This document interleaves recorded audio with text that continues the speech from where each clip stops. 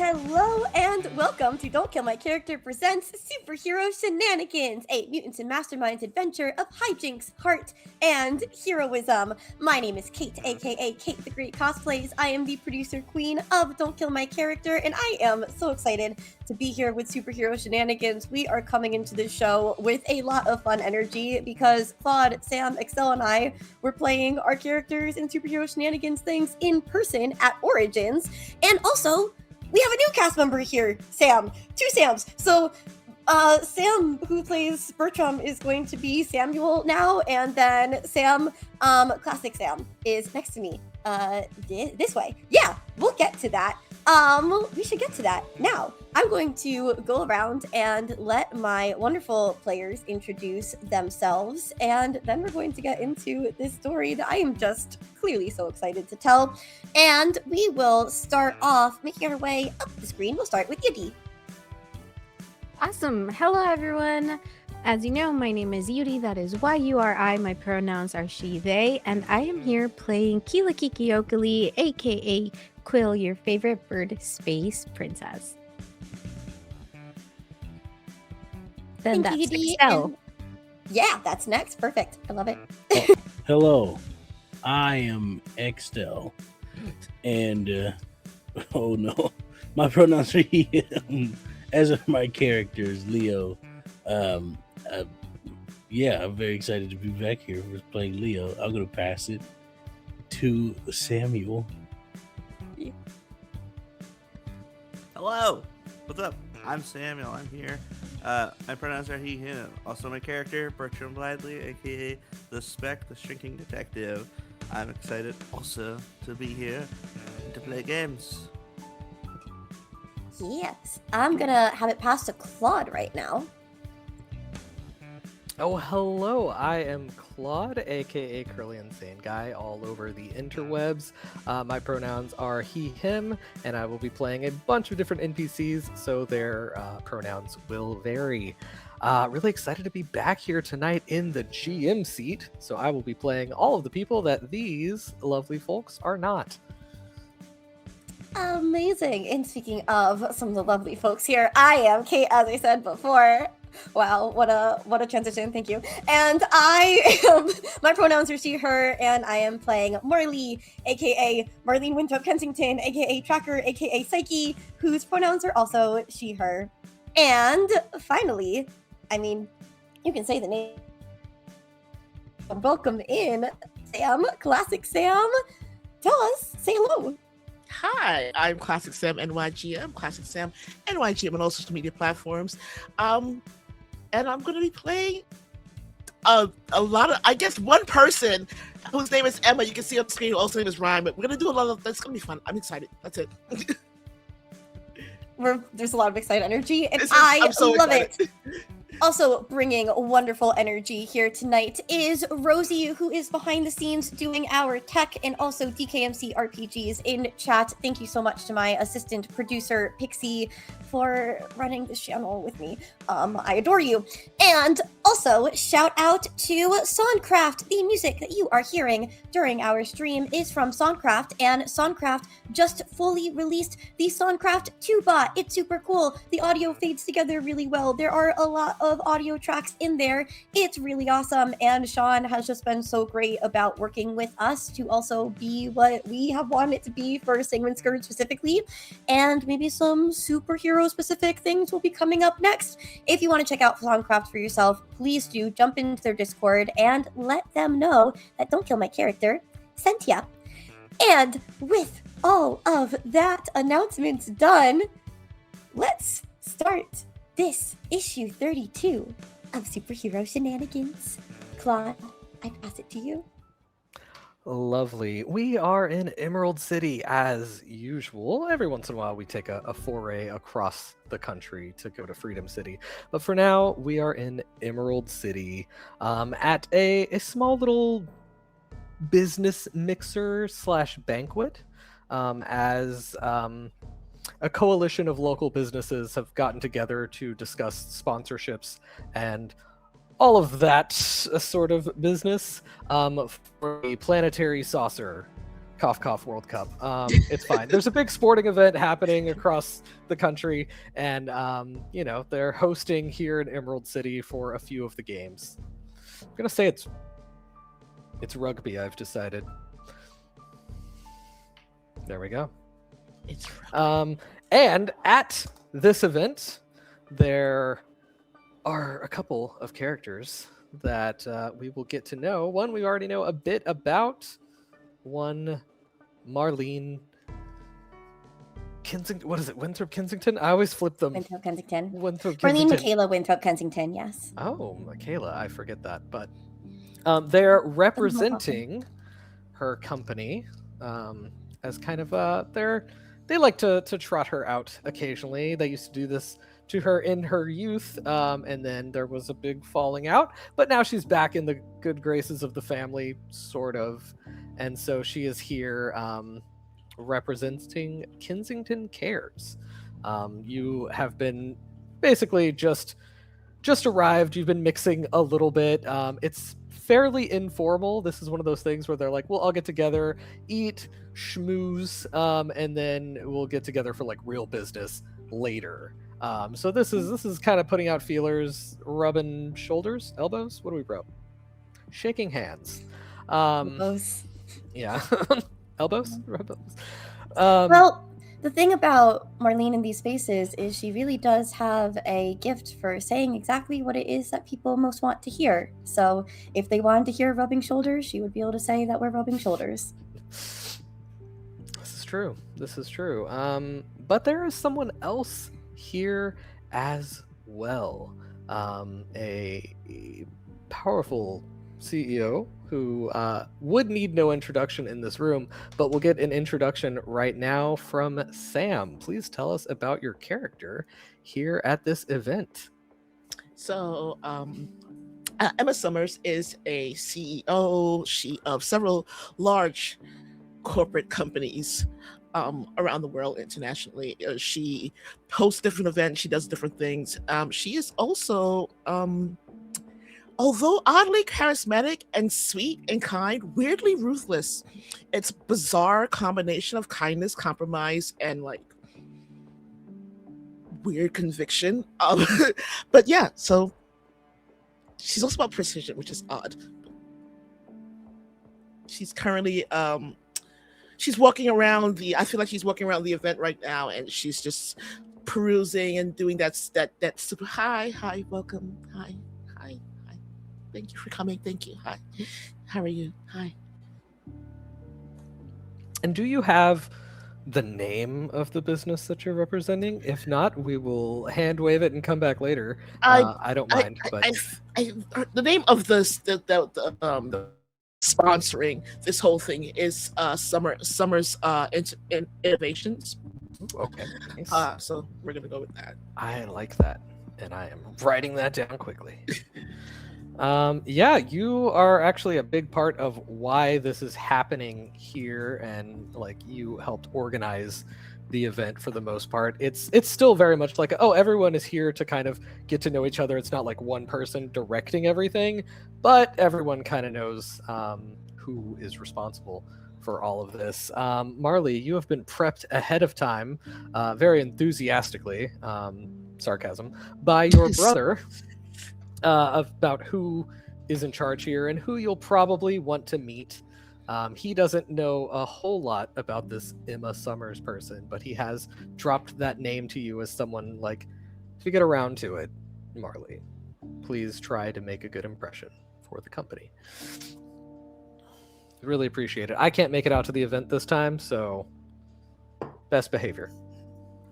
Such a shame that you can't be there. Yeah, you have a good time.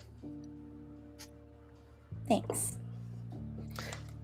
And yeah, after a terse little meeting like that, he sent you to this event. You see there a few different people. Right now, you're talking to a member of, or a high-ranking board member of Keskor. Yeah, so I've been seeing a lot more about Kensington Cares in the news. The that case that you're all helping with the young St. Cloud woman? Yes. Or Cloud St. Clair? I forget. Cloud. Something Cloud. You know who I'm talking about. I do, yes. It is.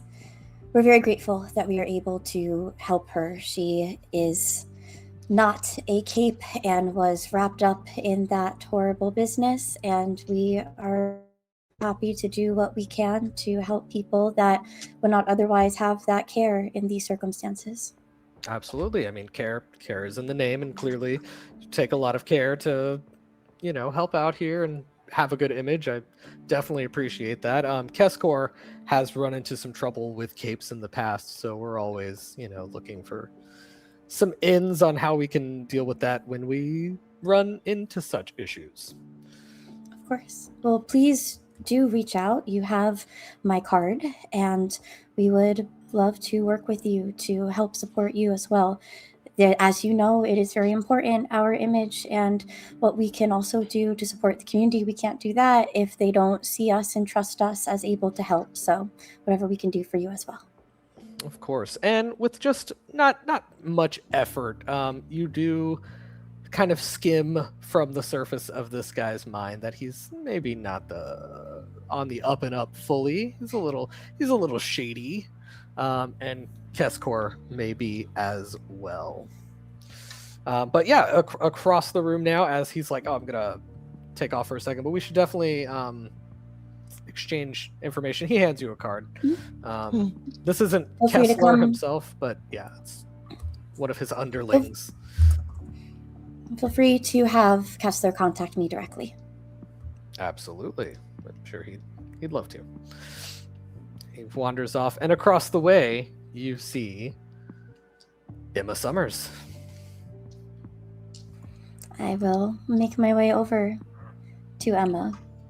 And out of the corner of my eye, I see someone coming towards me, and I'm going to make my way onto the dais as kind of like in a way to avoid someone, and I'm going to tap my champagne glass. I feel like I have a glass in my hand.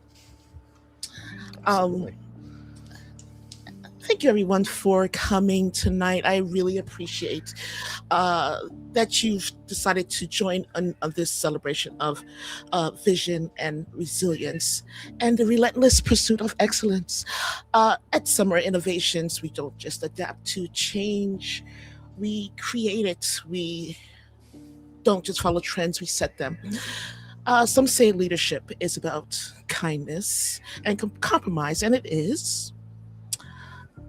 It's also about clarity and conviction.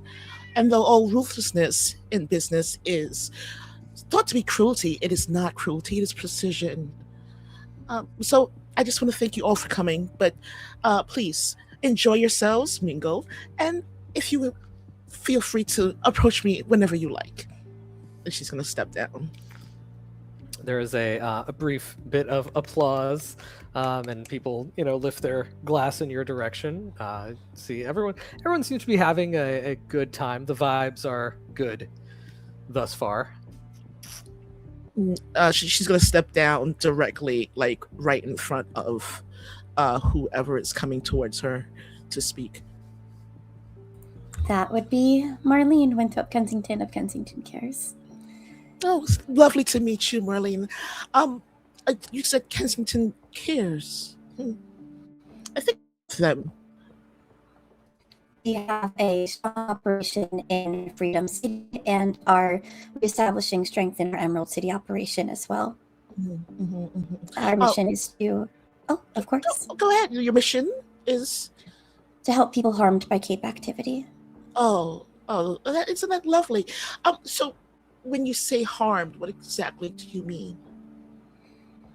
If they are caught in the crossfires, if they are injured, if they lose anyone or anything important to them, usually when such things happen, the focus is on the capes themselves or people who are very high level, and the smaller cases are left aside. And then if things are done monetarily to repair damages, they still don't have the emotional help and support that they need to rebuild their life from what was lost. So, I just for clarification, are you blaming the people who are helping society as a whole. Is that what this is? Is Marlene getting anything mentally from Emma in this moment?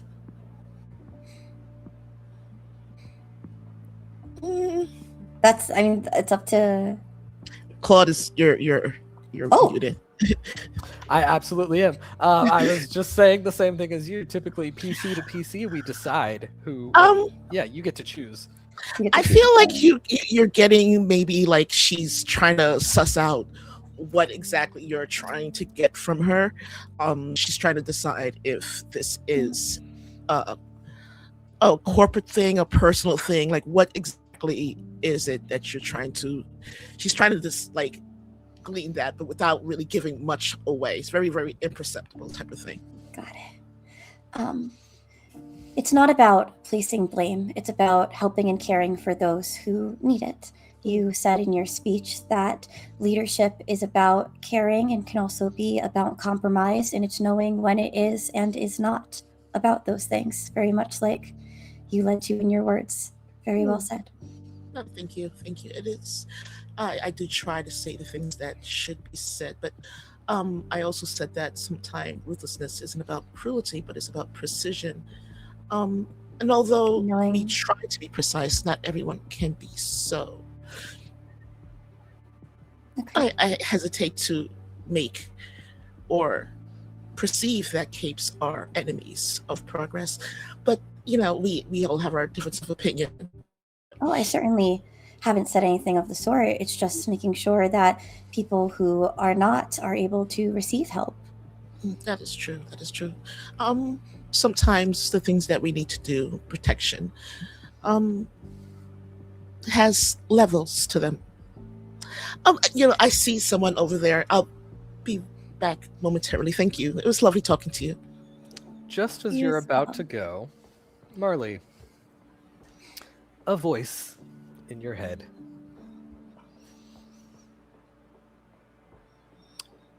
I've finally decided to reach out to you. Desai Koshe, the Deathless. I recognize the voice, and not many communicate. Well, actually, there's a handful that would communicate in my mind, and your voice is distinct from the others that do. What is it? Emma, I will get you to roll a perception check. Okay. Remind me again, what am I rolling? A d20 plus your perception. Okay. First roll for Emma! Also, as a reminder, everyone starts with 1 hero point, so if you don't like your roll, you can use a hero point to re-roll that.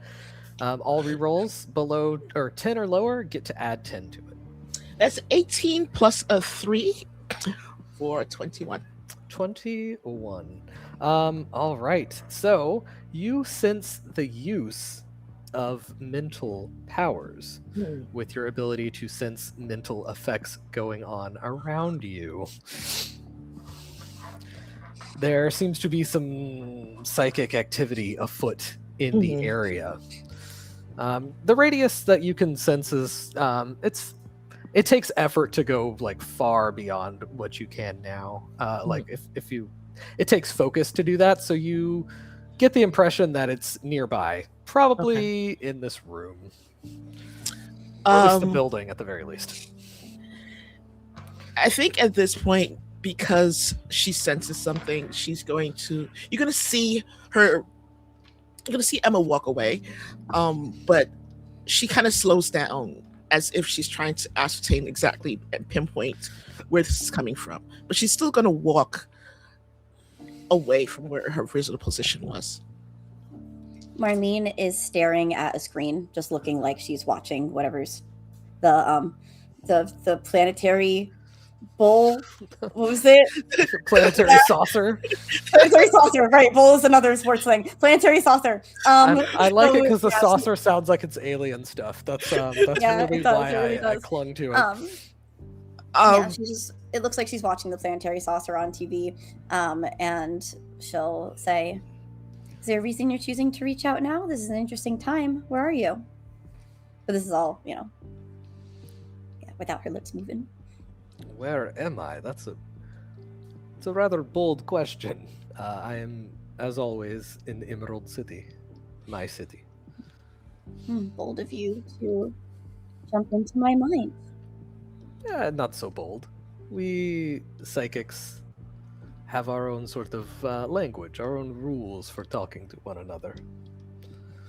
Is the rule that you can just come in uninvited whenever you'd like?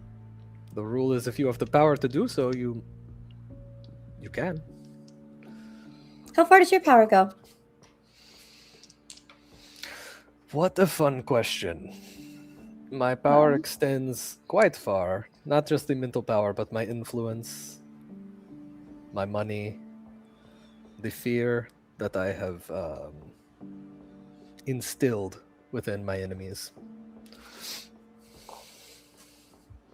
And what fear has been instilled in you that you're reaching out to me now? Ooh, perceptive. Okay.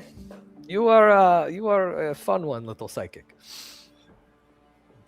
You are correct that there is a problem I am dealing with.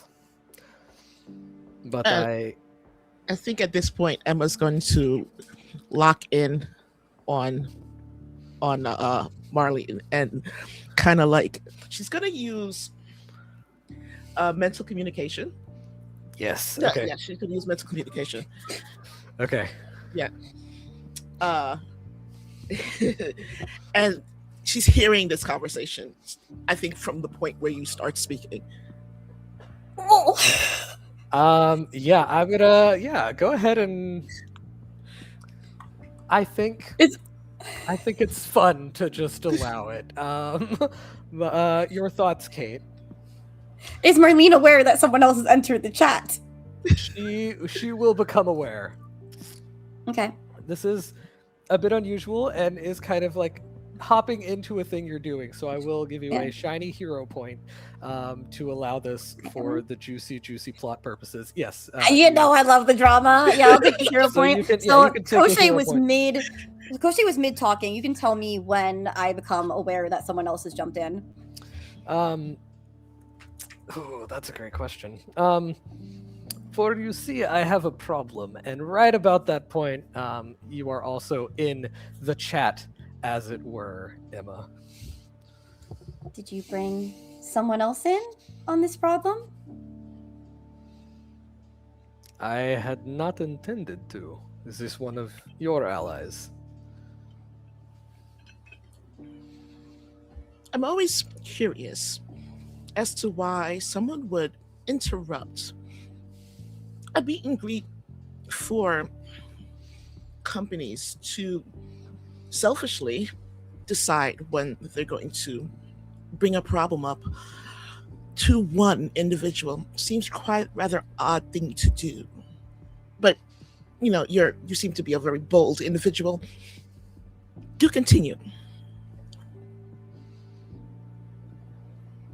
Interesting. Another one of us. Not familiar with this mind yet. Perhaps introductions? Outwardly, no one knows that it's Emma doing this. It looks like Emma's just kind of like mingling around, but she's no longer going further away from the field. I suppose introductions are in order if we're going to be doing this. Oh, introductions. I guess you can call me Rime. I don't see why you would need to know exactly. You're the one that infiltrated this scene. It doesn't seem that the person you're speaking to wants you to be around. I'm sure she will change her mind once I have made my proposition. But I assure you, Rime, I have a reason. Funny. I know you Americans tend to appreciate humor. I do my best. Yeah, when it's actually funny. Oh, you wound me. It's something that few people are bold enough to do. Look, it just seems kind of odd. And this intensity thing that you're doing, and prolonging this is just, I feel like you need to get to the point. It might empower you to be less around the bush type of speaking that you're doing here. Also, it should allow the guest here to enjoy the rest of her evening. I will be swift with my words then. Perhaps it is something you can help me with. You do seem a little more, have more of a force of personality than this little one. Why are you calling her little? That seems you're the one approaching someone and you're going to throw insults at them. That seems kind of a strange way to ask for help. I mean, I don't know your relationship. I'm sorry. Marlene, is it? I think. Yeah, I don't know what your relationship is. I may be interfering. Maybe this is something that you allow him to say, but I feel like that seems kind of rude. I was about to say I will pause to make sure that Kate, you're cool with her knowing it's Marley. Okay. Just because it's in the mental scape, so you don't see each other. But okay, you're good with that. Awesome. I think it's a fun move. Oh goodness, very strong opinions here. Guess us psychics have that in common. That we do. So, I will propose this to both of you. Perhaps either one of you will take up the call to action, I will say. So, this city, as I have mentioned before you were listening in Rime, this city has long been my stomping grounds. This is where I act. This is where I operate from largely. There are forces attempting to wrest control of the city. I was fine with this. I joined in with the cause. You have undoubtedly heard of the 5 Fingers of Eris, yes? You know that I am familiar, and that I've already destroyed, what is it, 2 now? 2, yes. So you can Excellent keep calling job. me little. Oh, I don't need that from you. Well, I am here to propose that you take out another 2. This is the fear that's been instilled then. Me, the one that you call little. Good to know. Not fear. I tire of these fools attempting to run my city. This annoys you as well, yes? The fools being the other fingers? The 5 Fingers, they are foolish. King Babylon, madman, simply trying to destroy for the sake of destruction. I do not like this. Property damage it's not good for business. All right, so we take out the other fingers, and what, you're going to help us? You're going to pinpoint their location? You're going to let me know their weaknesses and exactly how to handle them? I will help you with the one left that is actually of consequence aside from myself. The bagmen, they are nothing. You will deal with them, no problem. They are as amateur as it gets. I don't know how they're still running around like cockroaches. Because we've had other priorities. It's fine. Again, it's at your leisure. You may get rid of them. But there is another with many, many resources, a lot of power behind him. And he also possesses something that I would like. So, I give you a location. You make sure that the thing that I want remains intact. You do not need to deliver it to me. You leave it where it is. I acquire. How do you know that you can trust me to do this? That you won't just give me the name, the location, and I will destroy them and destroy this thing you want and then come after you? He has a point. I would hope you're not so foolish. You keep calling her names. I don't understand how this is going to work out for you. Like, this is an odd thing to do when asking for help. I am most powerful psychic In at least this hemisphere, And I have powers beyond being a psychic. Useful, very useful to me. It's fine. We're going to talk again because we will take out this other finger of Eris. We know that there's not quite enough room for all of the psychics here in Emerald City now, is there? There is indeed only a certain amount of psychics to go around in a city. There was another. If you could look into him and find out what happened to him. He was the other big name, the other boss, as it were, as far as psychics go, and I eliminated him already. Worth looking into. If you wish to have me as an enemy, it is wise to know your enemy. What name am I looking into? I almost hate to say it because it's such a stupid name. Have you heard of Big Brain? Is the dumb name? Marlene heard of Big Brain? Probably not. Right off the top of your head. Right off the top of your big brain. You don't know Big Brain. I'll look into it. At any rate, you let me know if this is something that you think is workable. For now, yes. But you're going to have to let me know how it's workable after that's done. That we have both my interests and yours coexisting in Emerald City. What interest do you have in the city? What is your purpose here? If you don't have that, I'm not going to give it to you. Very well. Rime. Was it? Yes. Rime? Yes, it's Rime. I think a psychic would have a better memory.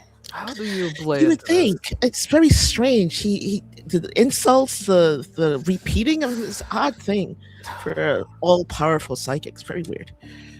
Well, not all powerful. That's why he needs my help. He wouldn't need my help if he was all powerful. Oh my goodness, you talk and talk and talk. I'm tired of this. Rime. Yes. What are you doing in the city? Who are you? Look, you just came in, opened a psychic link, and expect no one else to notice. It's a really strange thing to do. Then you immediately started insulting people, and now you want to know what I do. None of your business. Oh, goodness. Listen, every single city has shadows. It has things that control things that aren't seen. You know, not everything is something that you need to know. Some things are sub-secret. Some things are just not for your purview. Are you? It's like you're doing a speech that I would do, but at me. This is very strange. These are things that I have said. It's a psychic thing, clearly. Look, you said what you need to say, and it seems that there are conditions. I'm going to go now. So enjoy whatever this is. Bye. What was up with that? This just hopped into your brain. That's crazy. That's what you did. How are you criticizing that? You did that. But I am Koshe. I do this. Apparently that's Rime, and she also does this. She does. And you know that I do this. I do this to the whole city. We are who we are. That was the scream. That was very interesting. People are calling it a scream with a P in front. Very strange. Very strange. Because psychic, right? Psychic scream, but it's like scream. Unusual. What is the location of the other finger of Eris, and what is this item that you want? Oh, you are open to discuss. I thought you were tabling for later. All right. I mean, I'd like to know. I will give you the information. Give me just a moment. They move locations quite often. I don't want you to miss. I will. Sorry. I will. I punched my microphone. I will send you this in time. Yes. You wait, and then you help me. It's simple. And I'm getting information on a target out of this. Correct. They are so annoying, these other fingers, and between you and me, trying to serve a goddess is not it's not fun. I don't like it. That is She's valuable to know. I don't think we're going to maintain a good working relationship. So the sooner she's gone, I'm fine. I hold no strong loyalty to her. That's useful. Then, what do you want when she's done? What are you going for, Koshe? What am I going for? Yes, when we get rid of the other fingers, when we take care of Eris, when Emerald City is free of them. You said that you want to take claim on it. What do you want with it? I've already basically got the city. Before you and your heroes started doing things, who do you think ran things from the shadows? I continue on with my work. From the shadows? I continue my work, unannoyed by bagmen and King Babylon. Does your work involve beyond me, Kensington Cares, Winthrop Insurance, Ghostworks? Only the final one has anything to do with me. Good to know.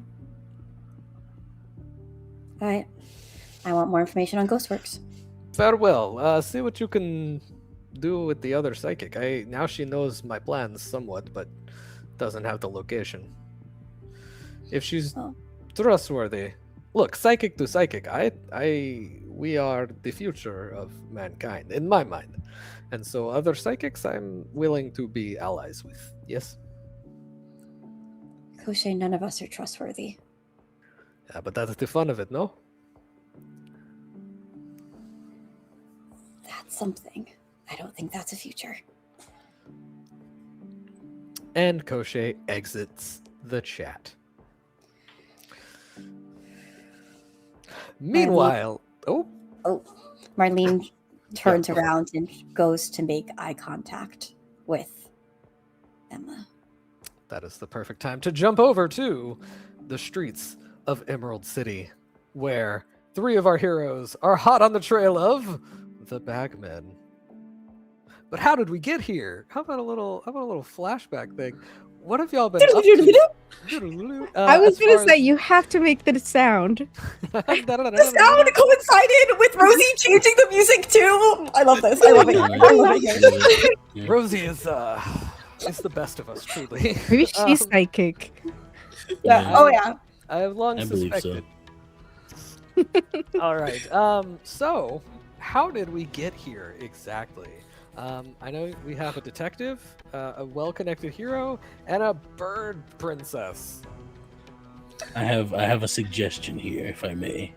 Oh, right. If y'all two are willing to hear this, I love suggestions. Forget whatever Claude wants. As is the way. Tradition. So at the mansion, we're in the backyard sparring Quill, Leo. So Leo will come up and throw a haymaker towards Quill. But I think, how does that go for him as he's doing this? What do you think? I think for Quill, like, she knows she's faster, right? But you're very strong. And I think for Quill, it's very fun trying to, instead of evade your punches and your kicks, like block them and sort of absorb like the brunt of it to see just how much they can take. And so she's not evading. She will like brace and like take your punch and your kicks and then deal them back.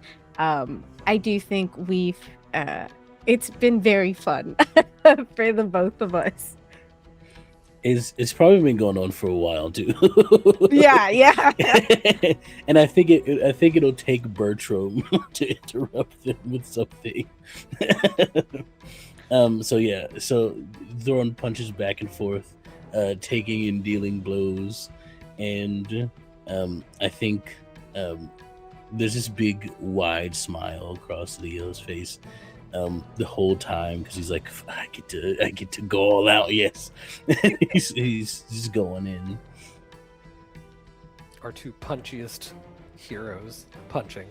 You love to see punch it. up. Having a great time. We best might as time. well be like at the park frolicking like children I for was how about to say, much are you fun we're laughing having. like insane people as you're punching? Like, is this are Probably, you giggling? yeah. Okay. Like, you Fantastic. can tell like they shouldn't be having this much fun. That's actually horrifying. Yeah. People would think probably they're evil villains if I was they, about to say, were out of the town. Blue Bolt is We're there. training. And he's like, yeah, this is like low key kind of scary. Like I know that I think at do some hero point- training. I think at some point Quill had asked if he wanted to spar for training's sake. He foolishly would have said yes at least one time. He may have learned very quickly to not say yes. Hmm. But He's- yeah, he'd he's give it the old watching. college try. Yeah. As he's prepping for college. High he gives school it a try. summer- yeah, he gives it final summer break try. And he's like, I'm actually really gonna miss this whole part of being over here. I'll be headed back to Freedom City pretty soon, finishing out hero school. But it has been pretty chill crashing here, and I got to go see my friend Junior. I should have introduced him to y'all. He's actually like a Sasquatch, like legitimately. He's a Sasquatch. So he has to like shave constantly, or he'll have like a full beard and full body hair. Is Blue Bolt talking to us like this while You're sparring? fighting? While he's, we're fighting. he's having full-on conversation. He's like, yeah, he's been rambling for a while. You literally like stop hearing him as you fight further away, and then you come back, and he's still talking. Like he just doesn't pause. Yeah, Yeah, I think so I'm like thinking Quill about tries asking to Quill tries to like every once in a while when there's like room to breathe to like chirp out an answer at him. I really appreciate And the then- active listening. He says, as you leave earshot. As we're like I getting do, further away. it is nice to just talk sometimes with like, I kind of started seeing you all as mentors. Again, you can't hear this at this point. So it's been pretty chill. I head out tomorrow. I don't know if you're going to throw me a party. I'm not saying you have to, but like, it's pretty cool. Oh, you can't hear me. That's fine. I feel like this shot is fun if it's like just centered on Blue Bolt and As you're fighting. Quill. That's Quill and exactly the Leo frame. are moving Side. around. The frames are just And- chaos and him in the center. It's a 9-panel grid of just Blue Bolt, and then you all in the background everywhere. From off fantastic. screen to on screen, Leo gets behind Quill and does a suplex. He like pauses mid sentence and like takes a sip of his Coke. That's crazy. Oh my gosh. Yeah. Quill has been practicing their like buffeting defense to actively use their wings more to distract or to just so you just see feathers come out and just like essentially all over Leo's face to try to like blind him for a Confuse him. split second. Yeah. I love that. It's wonderful. Bertram, what are you up to? Well, Bertram, this whole time, He's dropped dropping important everything. things. Yep. I literally just picked that up and dropped it again. So, Good job.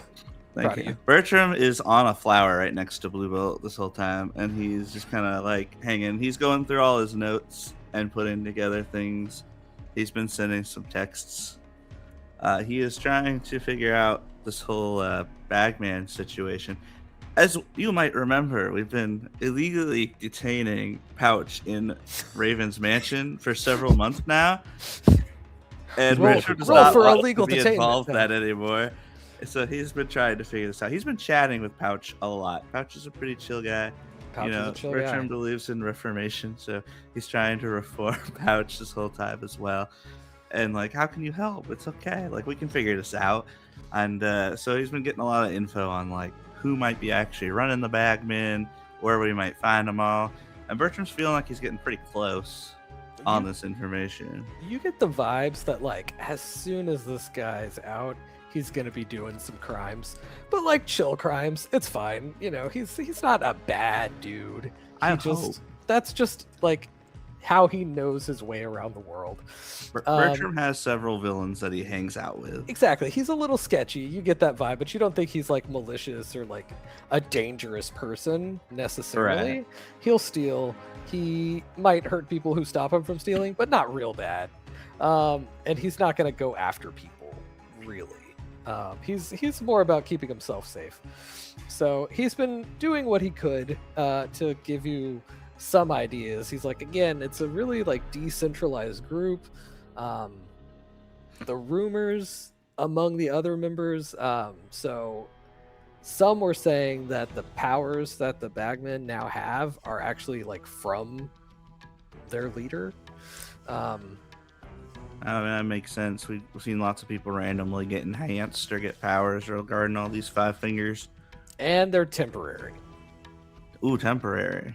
Yeah, so they don't really care that much if they stick around, which is why there's definitely like a new tote. Everyone's gonna get renamed. They're just gonna reuse it. They're gonna hand out powers. I don't know how they choose what powers people end up with. Maybe they just get powers and then give them a nickname after that. Anyway, I am the only one, of the last group who just kind of got hired from offline, and I already have magic. Right, you already Pouch. I'm Pouch. I was gonna be Pouch regardless. Always. You got a Pouch kind of face. What? I don't know if I like that. That makes it sound like I've got like I'm picturing like Snoopy. Not Snoopy. What's the other dog cartoon? Droopy. Sorry. Oh. That's what I picture whenever I hear. Oh, sorry. Yeah. I got a Pouch face. Yeah, you know. You're fine. But, yeah, you look nice. It's all right. Thanks. You're very handsome. Don't make it weird. I'm trapped here. I'm sorry. Listen, I don't like that either. So we're gonna figure this out. I'm a level with you. It's fine.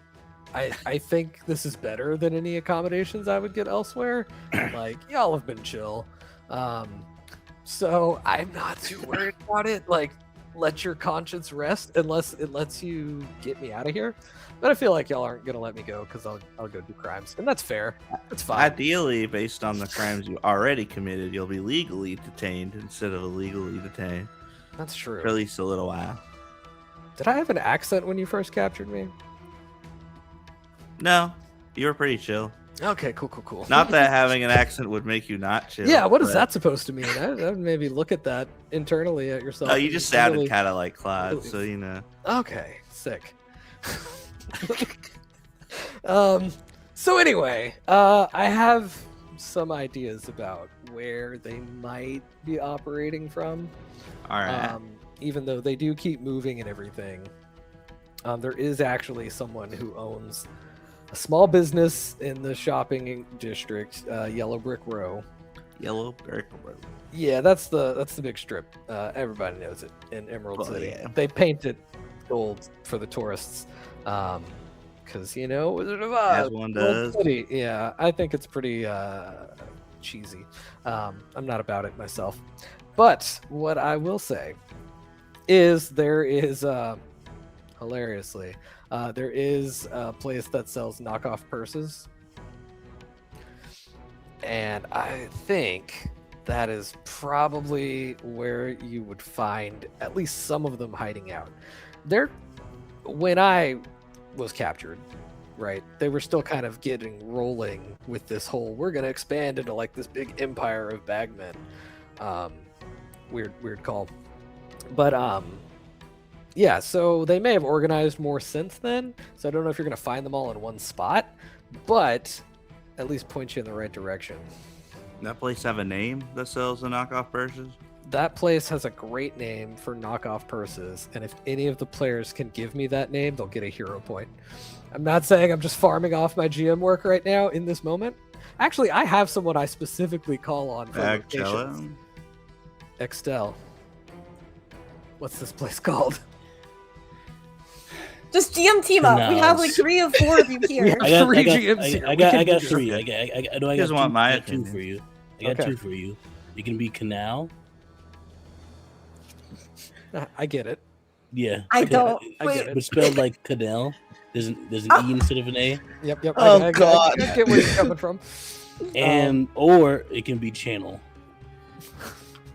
Okay. See,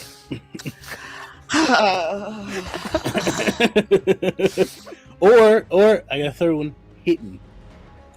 Hidden? I was gonna go with it's in the bag. So It's in the back. I think we're gonna give this to Kate. Come on. the honorary storyteller for Superhero Shenanigans. I was at the Superhero Shenanigans Storyteller Summit. It was a great time. It's true. It's- And yeah, this is how you contribute.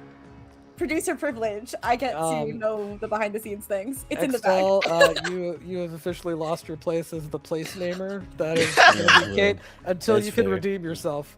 Come on. Wait, I don't know if I feel want like this. I feel like mine were great. Yeah.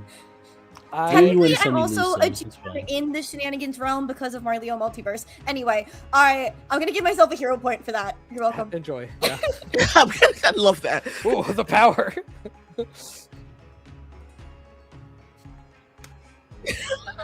Apparently, Rosie said this in chat before I said it out loud. Yeah. It's in the bag. Oh wait, wow! I do see it on the Twitch chat now. Yeah, Amazing, it's in there. Rosie. All right, it's Rosie, the have a poppy hero mind. That point. is Poppy, so funny. it's a poppy mind meld. Take a Rosie hero also gets point, a hero Rosie. point. Yeah, absolutely. Yeah. And you For thought audience, the game Rosie- is in was too big. It's still a little too far out, Sam. I'm so sorry. You know, It's okay. For audience like that context, sometimes. Rosie can talk to us without you guys hearing. So yeah, it's a fun time. Anyway, She actually Back feeds to me you, all of my lines. This is untrue. That would be weird. I'm not going to place that burden on her. So you don't want to make Rosie responsible for what you say. absolutely not.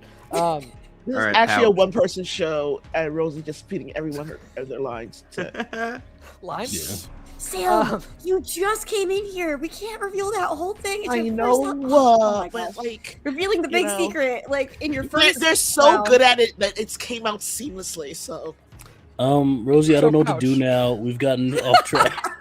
So- What do I do? I'm gonna pass it back to Claude. All right. This doesn't seem like the way to get us on track, but Claude, I believe in you. Yeah, weird call to make me the one to get Well, us back, but Pouch, okay. in this flashback within a flashback, do you That's have any right. more information to give to me? That's about it. Oh, also, there's a name that came up. Is it Coachella the Deathless or something like that?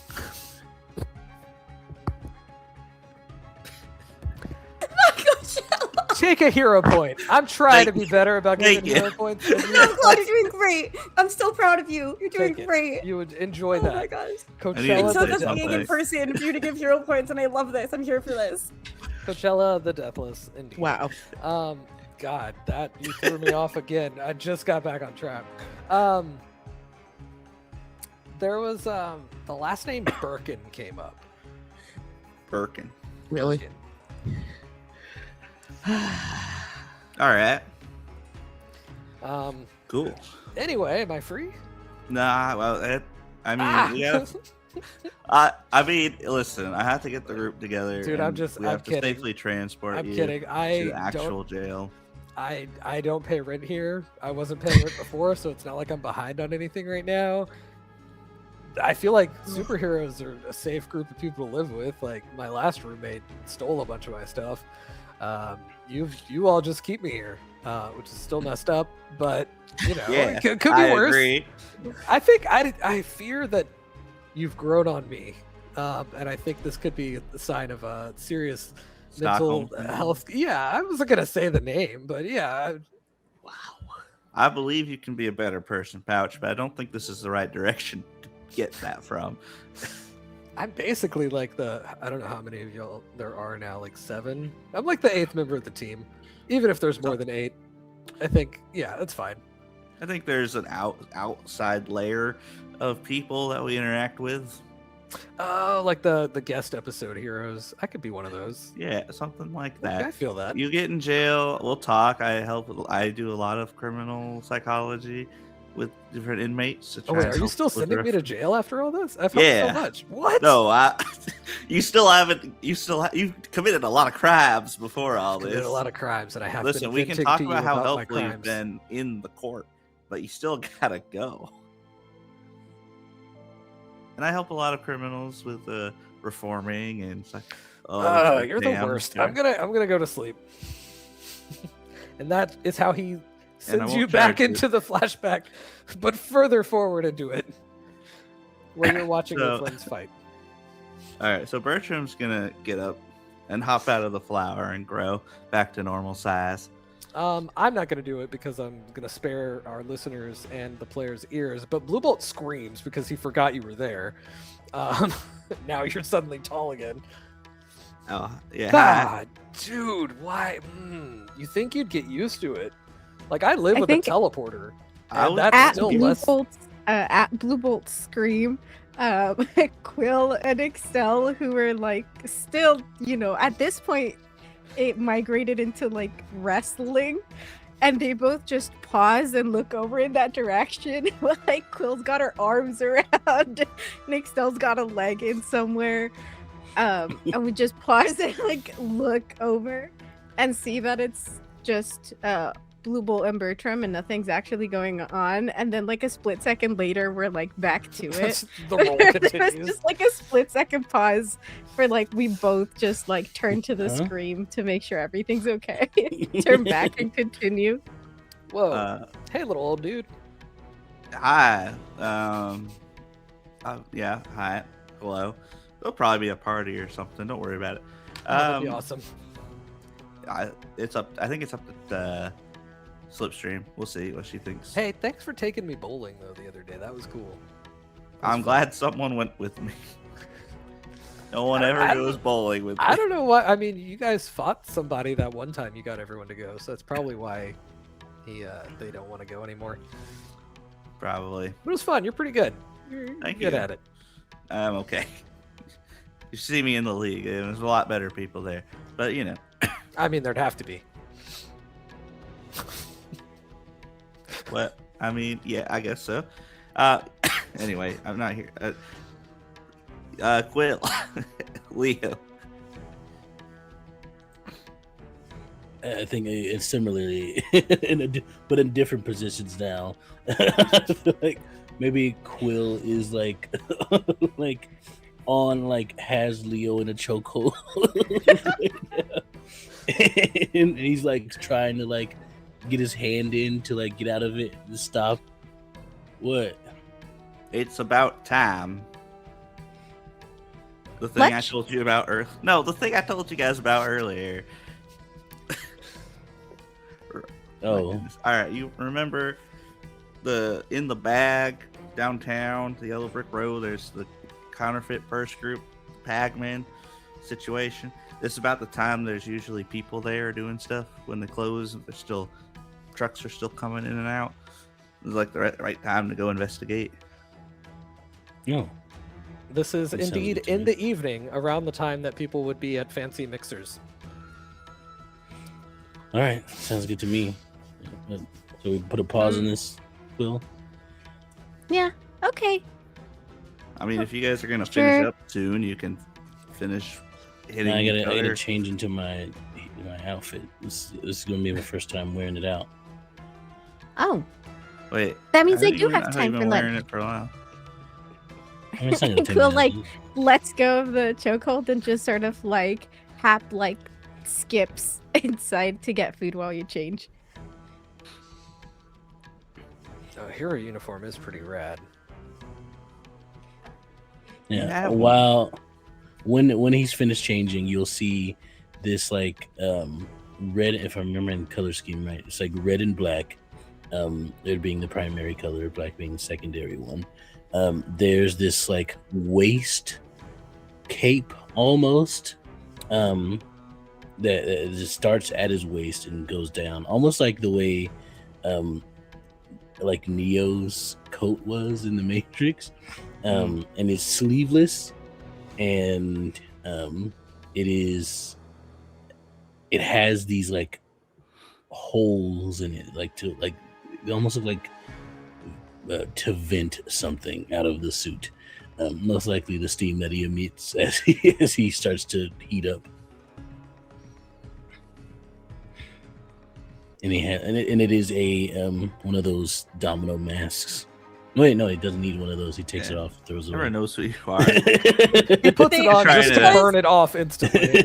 It's because like Tracker would have requested one of those masks, and they knew that the costumes were supposed to be matching, so they probably gave 2 for that. And then Leo was like, "I don't need this," but yeah. Marley has the mask for hers. Not that she needs it now either, but that's another thing.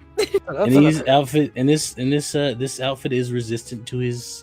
It can't. He can't burn them. Like he usually does burn all of his clothes that he wears. Yeah. Which is a good thing. I'm glad you fixed that problem. Yeah, we do need to wave goodbye to the gratuitous shirtless shots of Leo. It'll still happen. Look, people can attack him when he's not ready and he's not dressed. Perfect. All right. This is when I'm supposed to come in as producer and be like, PG show. I'm supposed I think to. Anyway. while we were waiting on Ember, Bertram joined in and got some food. And they were just chilling in the Quill kitchen. has gotten really good at making sandwiches, but because they're not from Earth, they sort of had to be taught what is socially acceptable to put inside of a sandwich. And Quill doesn't quite care. It's like, this would taste good. And so Quill has made themselves one with like sardines and like some pickles and hot sauce. And Bertram will just eat what you're eating. Like, awesome. Okay. Anything's a sandwich if you're brave enough. Just put it. This could make a good bagel bread. too. Yeah, there I you bet go. people would like this on a bagel. I should No. consider it. Your pickle bagels. I think that's a thing. Yeah, pickle bagels are a thing. With those grape ones. And the grape bagels and pickled grape bagels. Yeah, so I think Bertram and Quill are having a very chill time with Quill making sandwiches in the kitchen. I think Bertram still has like a big like black eye from yesterday. When the weird dragon god punched him in the face. That was a thing.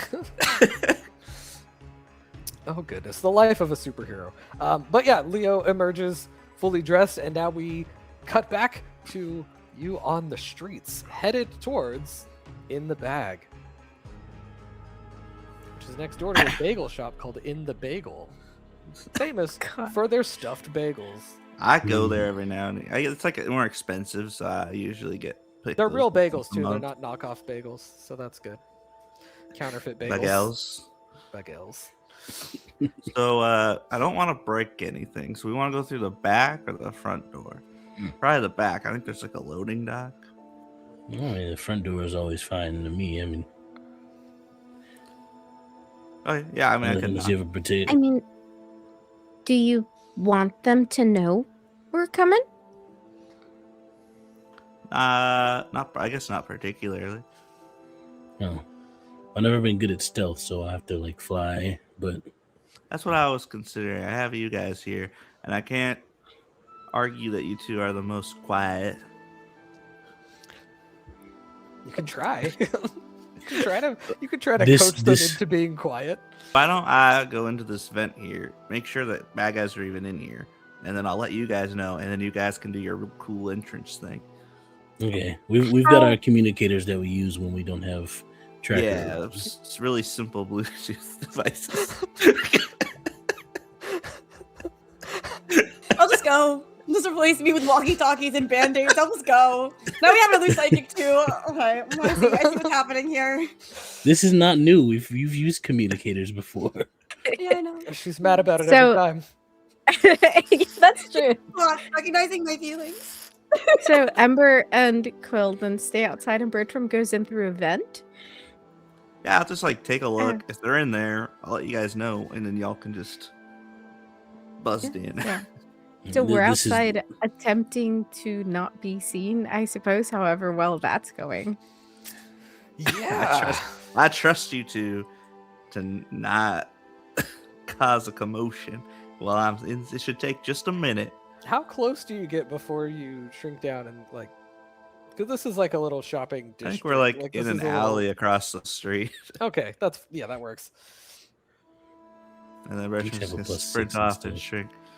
Oh, That's actually, pretty good, can one of you like toss me across the street? Oh, me! You both put a hell hand on Bertram. Just toss him I Like think a we both get baseball. very excited about tossing you. I was about to say it's a contest. Who gets to throw? Do rock paper scissors about it? Y'all, Oh, hell yeah. y'all should play catch with Bertram at some point. I think that would be fun.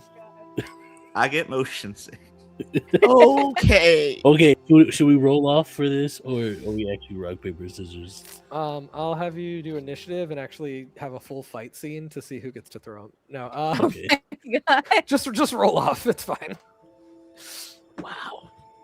That's a Oh, 20. that's a It's a net and that's a 20. 4. So yeah, Ember wins. 420. Ember gets That's the there. dice that was destroying things at Origins, right? This Yes, it was, is. Yes, it is. Yeah. The dice that Yeah, I I'm glad to got see that from it's still in good form. Shannon's booth. It's a liquid core die. I can't remember Yay! which die I was using at Origins that rolled an insane amount of crits.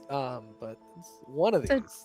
Good, so that you can't use it for the bad guys, because you're the storyteller today. But Ember Sure. wins, so Oh, he the gets Claude to was using throw. them as the game master. It's the Bertram. whole thing. All right, be gentle. I'll do my best. Splat. I will indeed just throw Bertram with just Gently. the right amount. He's I kind can, of so I can, disappears. I can throw. That was a lot of fanfare for just getting him to 6 the feet. vent. Yeah. So I'm just gonna toss him up there, a light toss. After what feels like flying for miles for you, you arrive at the air vent and sneak in. I'm good at that. Roll stealth. STAYLTH stealth. So I got a plus 20 to stealth. So let's see what I can do. You have a Plus what? 20 is crazy. You have a what? A plus 20. Wait, A what? what? A what? Wait, 32. It's like the size of a.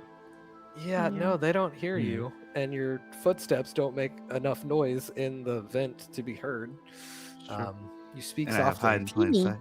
and carry a small boomerang, as the president said. Yeah, so you make your way to where you assume people would be meeting if they were doing shady dealings, and you happen upon people doing shady dealings. There's a cartoonishly large wooden crate that has been pried open, and you see someone dressed in a suit, button-up suit, very fancy, with what looks like a stereotypical cartoon money bag as a mask. And there are several of this one guy in one particular suit unloading this right now. What are they unloading? A bunch of purses. Well, they're clearly the bag, man. They could not be more obviously the bagmen. All right. I pull There out, I are grab some my other walkie-talkie. people in the room Really? shuffling Bag. around. Yeah, we got bagmen in here. There's a few of them unloading a crate of purses. You two, just as you're getting this call, hear the jangling of a bell on a storefront door being flung open, and a large man in a suit with a bag on his head is charging in your direction. You have been spotted, as there is a space princess and a guy in a superhero costume standing outside the store. Do you want this one? Your die? Do I want your die? I do. No. Oh, I'm talking to Quill. I'm talking to Quill. Leo's just like, do you want this one or? Quill's already running in that direction. Gone. It's the Gone. JoJo walking at each other. Little meme. Good stuff. An immovable object meets an unstoppable force. Yeah, he is running in your direction, but I'm going to hop back on over to the mixer. I'm sure glad those two are good at being quiet and staying still.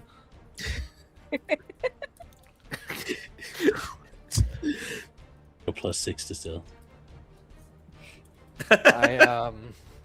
They have security cameras and such. It's fine. No, yeah, that makes sense. They know they're doing a sketchy business. But back at the mixer,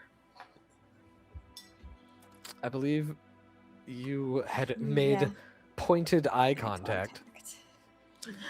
As Emma meets your eyes, she's going to walk over and you're like, she's obviously wearing high heels. She's dressed pristinely, and she's just gonna walk over and she says, I think you and I need to talk somewhere more privately. Yes, I think that would be helpful. Okay. So and she's gonna direct her through the crowd and into an office, and it's well appointed. It's it's happens to be on this floor. It's well appointed. It's clearly Emma's office, and she's gonna sit not behind a desk, but on the sofa that's in this very large office, and Jester said, please tell me everything, because you know who I am now, and whoever that was incredibly rude. And I was also incredibly rude. You don't quite know who I am, or you met who I pretend to be, and I would like to be able to tell you who I actually hope I am. Oh, please. You go right ahead. You can say whatever you need to say. And here is very private. And you get the sense that nothing can penetrate this room, really. Like you get the sense of absolute silence. I've felt this before. Is it blocking all sound, and does it block psychic? Yes. I tend to, when I'm working, to not want any distractions. So this is or at least one of them, places that I kind of turn to. Yeah, hi.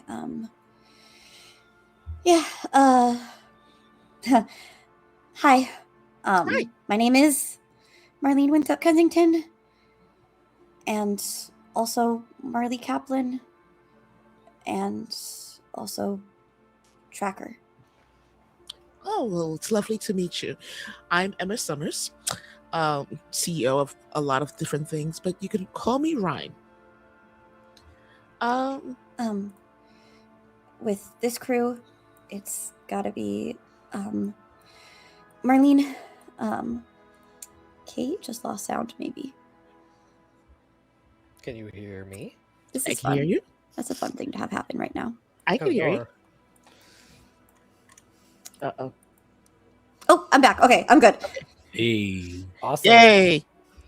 This is a fun night for tech. Okay. Back in it.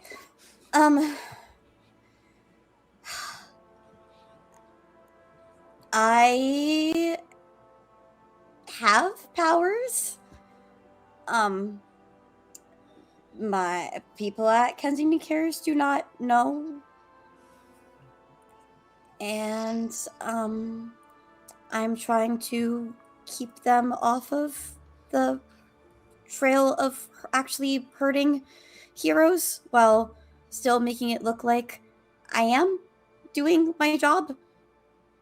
Oh, well, that changes so much of what the conversation earlier then, because Yeah. But if Conrad Winthrop Kensington talks to you, if you could say that I did an excellent job and we're going to be business partners or whatever to keep up appearances.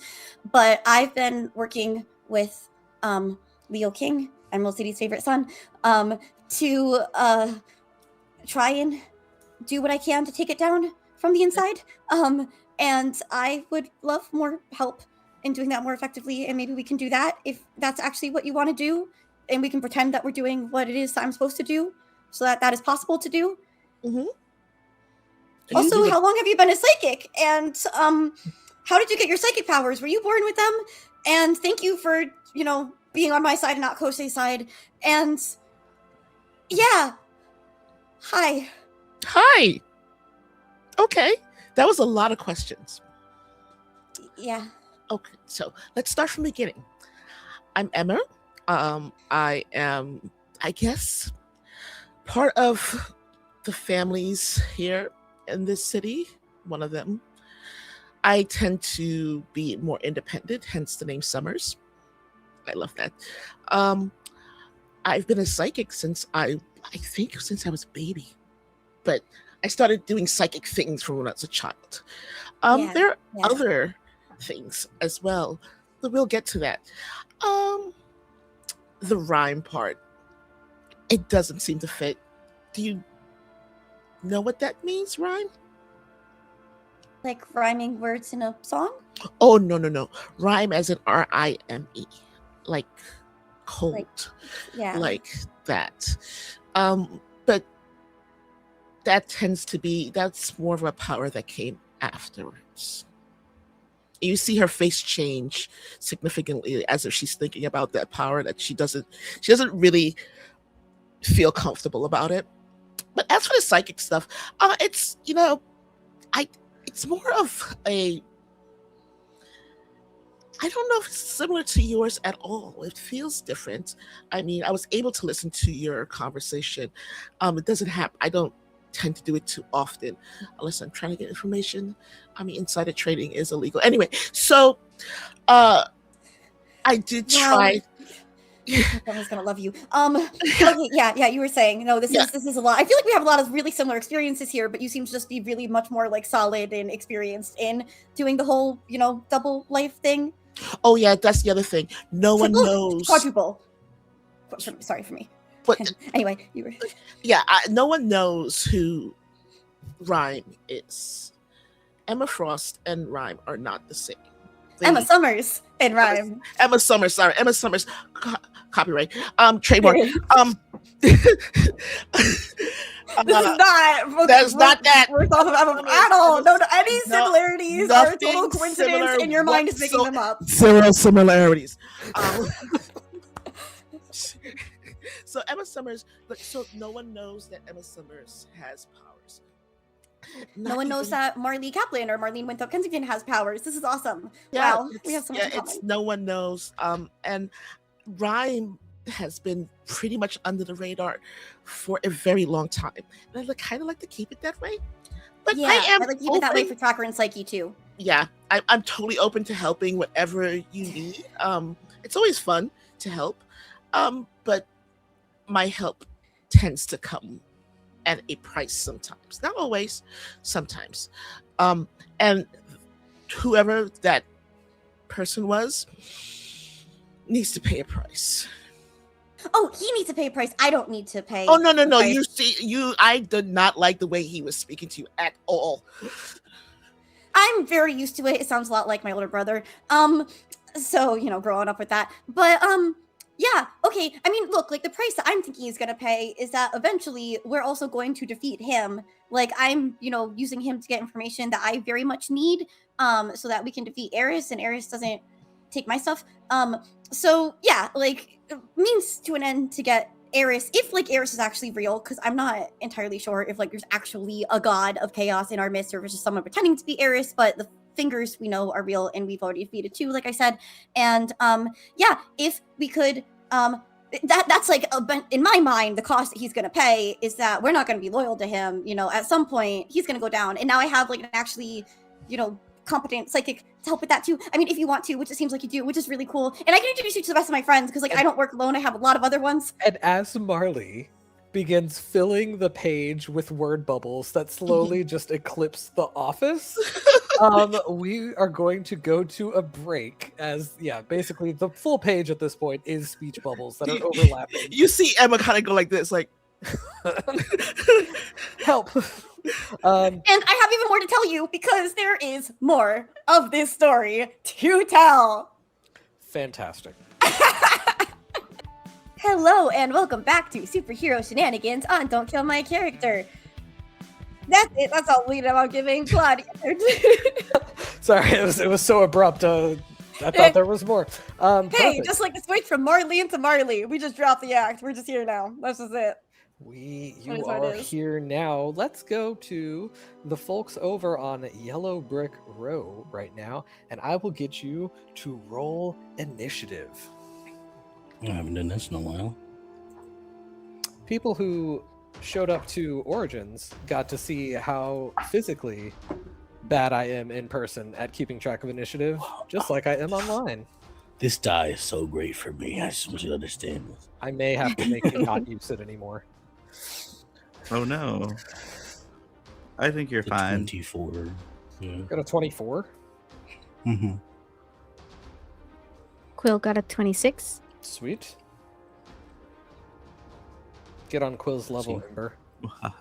Oh my god. See, no, but look, this proves that I can continue using this die because someone's rolled better than me. Ah, dang. You've given yourself an out. Mhm. Mhm. Okay, and then I got a 6. that sounds right. That sounds, I think this fits the narrative. I think It's it happening fits the right narrative perfectly.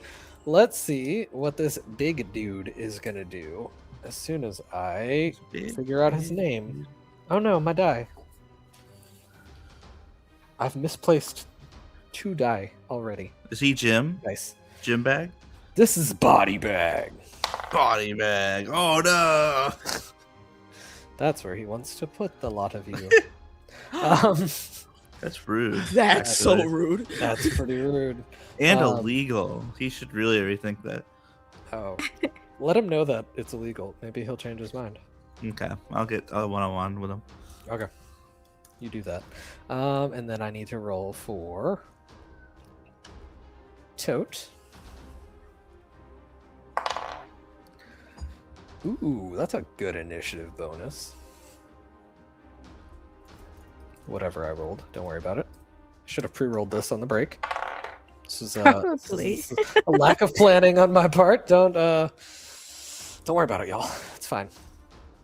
Okay, so Quill, you're first. You are before the large guy rushing in your direction. So I get to him, is what you're telling. Yup. Yep. So Quill is running at this man with a bag over his head, and they're essentially sizing this man up to see how much, like, physically larger he is. I'm gonna assume a lot. Yeah, he's physically one of the larger humans you have seen. He's Yeah. larger than Leo. Okay. Yeah, Pretty because big guy. Quill, as a bird person, is slightly below average human height. So, So roughly Claude height. That's cool. That's fine. Whoa. so Quill is going to just keep running at him, and at the very last second, just try to, like, grab him to smack him on the ground. Okie doke. Are we flavoring this as just an unarmed attack, or do you want to try a grab and then toss him sort of situation? We can do an unarmed attack. Cool. And if I do really well, you can let me knock him down. That's exactly how I'll roll that. If you crit, you'll get a free prone off of it. There you go. Damn.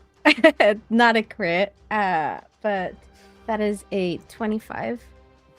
25 is easily a hit. What is your damage? That is going to be a DC 23.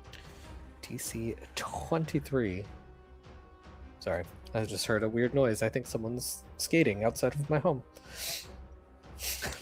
Them children off your lawn. So as he rushes, you position yourself to smack him into the ground using his own momentum. And as you plant, how are you doing this? This is a punch or like a kick? Are you doing a? I'm picturing it as like a flip and then planting with your talons. Yeah, that's exactly what they do. Okay. And yeah, he just kind of continues with his momentum towards Ember. He completely tanks the hit. I think this was the die, you guys. Yay for me. So I connected, but he didn't seem to react outwardly too much. It like pushed him, like it clearly like he felt it, it hit him, but he just kind of like continued on, like it's like brushing past you. Okay. You don't think he's like unharmable, you just think you didn't get a good hit on him there. Okay. Yeah. He is very solid. He's an extremely solid human being. Well, that's good. He's not liquid. He's an extremely solid human being. Not like a good person solid, but like very solid. Okay, I've said solid too many times to stop being a word. Ember, solid. It's your go. He's rushing towards me still. He is. He's got like basically the mask style zoot suit, and then a bag on his head with the dollar signs and like the eye cutouts. I'm going to drop to the ground backward, planting my hands behind my head, and as he gets close, as I load up, both feet spring up toward the bottom of his chin when he gets to me. Okay, this is and I'll push myself also. Yeah, extra. Launching yourself. I'll use all out attack on this too. Okay. Let me know what you get. Ember's not playing around. All right. Apparently. Oh, it's a low roll on this die that I got for this. You have all out attack. So wonderful. So we'll do this. To 20 total. That is a hit. That is absolutely. No, wait, no, not 20. Hold on 1 second. My brain. Big brain. If I can count. No. Yeah, no, I'm right. Yeah, I'm doing that. I can plus 5 with it all attack, right? Yeah. Yeah. Okay. Yeah, that makes it 20. Okay. A 20 is still a hit. What is your damage? DC 27. Ooh, do you have multi-attack on that? I do have multi-attack, yes. On that one, yes. And you had a 20. Specific attack. Now I have to do math. Oh no. I believe in you. Thanks. It's not quite high enough to give you any bonus from the multi-attack, but now I will roll my toughness.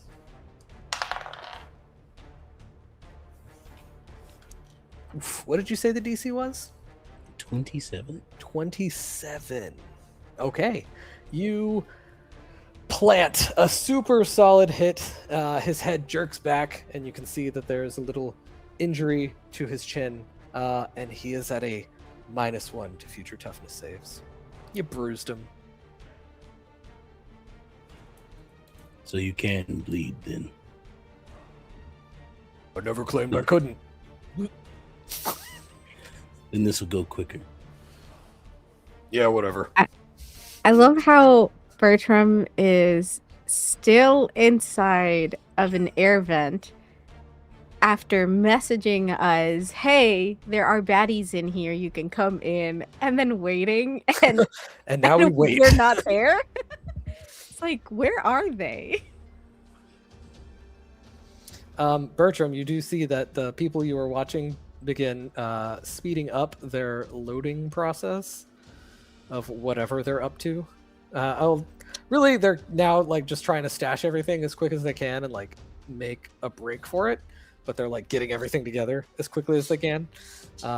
They all move in a weirdly synchronized manner. You know how you watch someone's body language and like everyone has their own way of doing things? Mm-hmm. They all have the exact same body language, which is a weird thing to witness.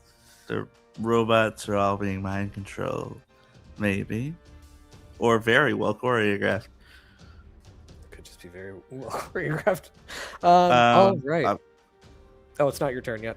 I was just letting you know. Sorry. I was on My their apologies. turn. But I if I forgive could, you. Bertram's gonna be trying to like take photos since he got here. That's fine. That works. Smart man. All right, this big guy.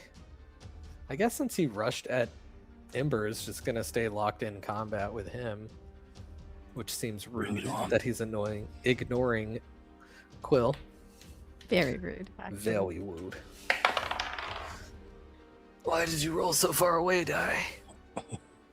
I believe in you. Stop doing that. You used all out attack, right? For a +5?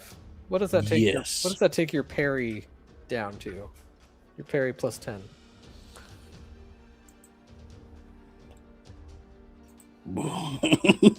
Pretty low. It takes it to a 13. Oh, then a 14 hits you. Mm-hmm. Oh no. All right, roll a toughness check for me, my friend. Hi. Well, that's not too bad for me. Let's see. Yeah, you're I'm tough. good at these. I'm tough. I'm You're a tough man. You're built different. Ford tough. That's a 17. A 17? No. Sir. That's not. I know. It's not near. I can use a hero point. It's your call. I'll use a hero point. Okay. Use my hero fine. Point. Yeah. Good call. You would have been dazed and bruised. Oh, that changes things drastically. That's a 30 total. Okay, you absolutely tank it in that case. Yeah, you kicked him in the chin, and then he tried to uppercut you right back as you have regained your stance, and it's not a glass jaw that he has met with. The jangling of the door sounds out once more. I like to say jangle. It's a good word. Quill, before you have a chance to really get a good look at what it is that is going on, there is suddenly a very chill wind, and you are blasted with cryokinesis. What? As you are suddenly getting a hero point, so I can re-roll. You're gonna regret that. It's possible. It's possible. Yeah, the hero points never helped you reroll at Origins, but I do like that you're giving them. This is great. I do want to encourage this behavior. So great. Mm-hmm. Once it turns against me fully, you'll never see it again. So I have so many abilities that rely on it, though. This is true. So does a... Where are my numbers? So 26 hit your dodge. Yes. Okay. I was like, don't say no to that. That would be shocking. You're not Tally. Roll me a fortitude check, please. Also, if you could roll low. If you could roll 26. That's not low. So you feel as the chill attempts to seize you and basically freeze up your wings, and you're able to kind of swish them about to keep them from solidifying, as someone just tried to freeze you.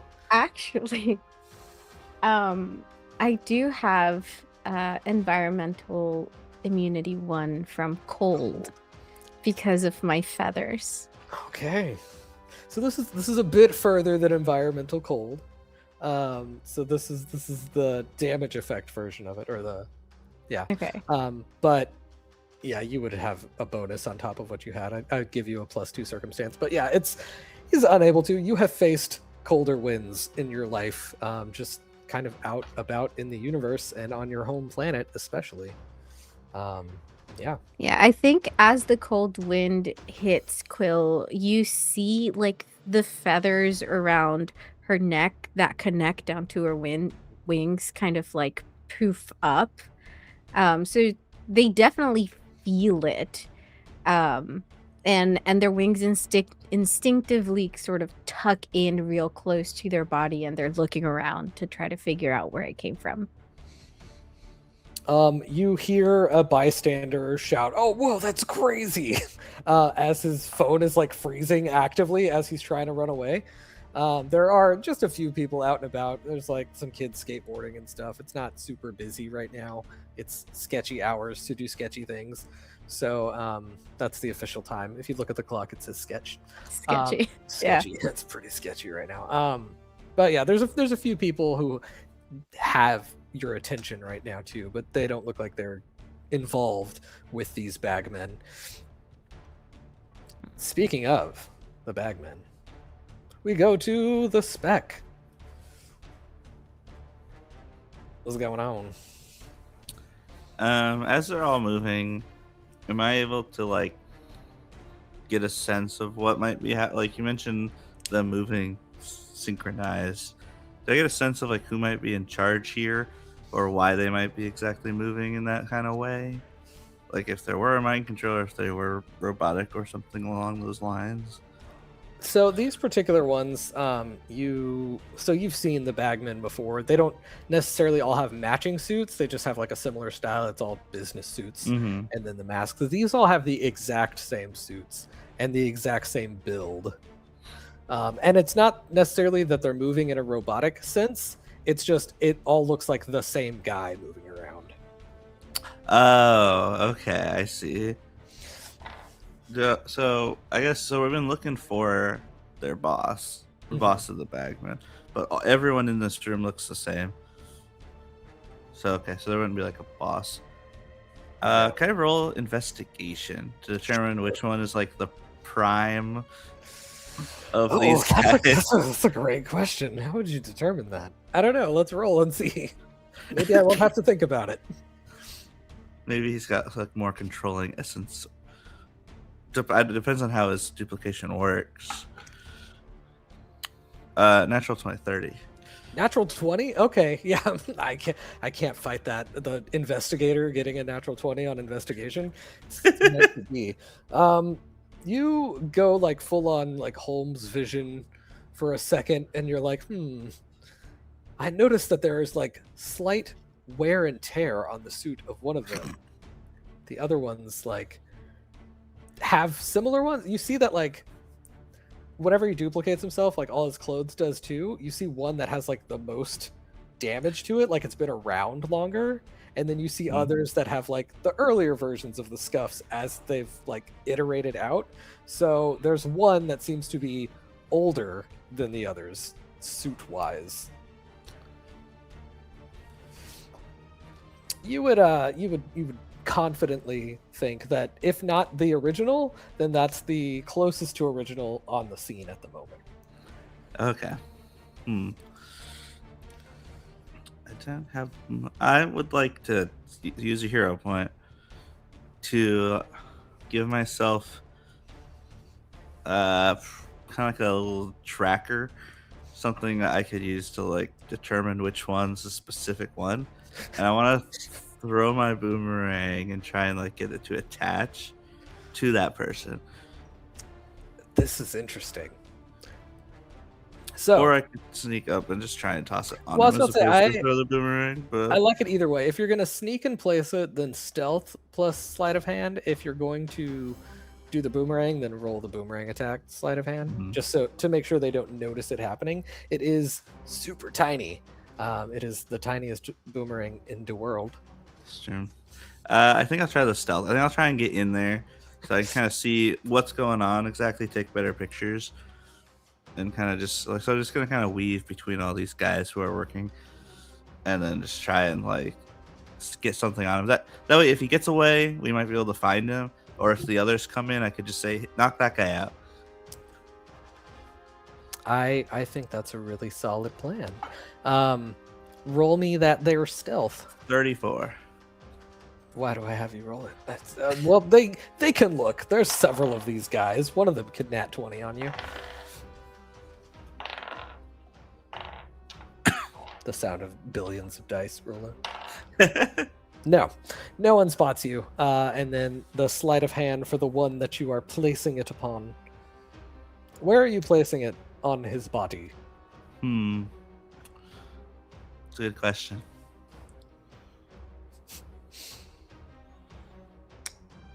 I think in his like interior pocket of his suit. Smart. Nobody actually checks those. Like one of those lines that's not like a full pocket, but it's like it's just that weird like slight pocket. divot, that you wish was a pocket, and you'll keep messing. No with one's it. gonna It's check never that. a So pocket. it's just like that's a super tiny thing. Go right in there. That's where Perfect. I keep my snacks. Like, That's where I keep a single M&M. Okay, yeah. And then if I need to spend another hero point, I can do this. But I want to sort of, with my boomerang, cause a cacophony around in the room, like maybe knock some things over, hit the big like garage door, and kind of yell out like, "We've got you surrounded." So a little bit of ventriloquism while you're at it. See if I can get them to maybe somehow surrender or feel like they need to. It's Start working my way there. It's a bold play. It's a bold play for sure. I've done it before. Roll intimidate or deception. Deception. Roll deception. Don't worry, I'm I'll take super deception. deceptive. Are you? You're so honest. 15. Okay. I have a +2. You successfully make a bit of a ruckus in the room. You open the loading bay door in the back, which causes some confusion because they're like, that's where we were going to run away from, but now it's opening. So there is a bit of confusion and havoc, and dare I say, bedlam in the room. Thank you. I'll be here all week. I love it. It's a great word. Maybe. You're here as much as I let you be here. Oh, nar. Well, that brings us back around to Quill. What do? Quill is miffed that he just took the punch and kept, charging.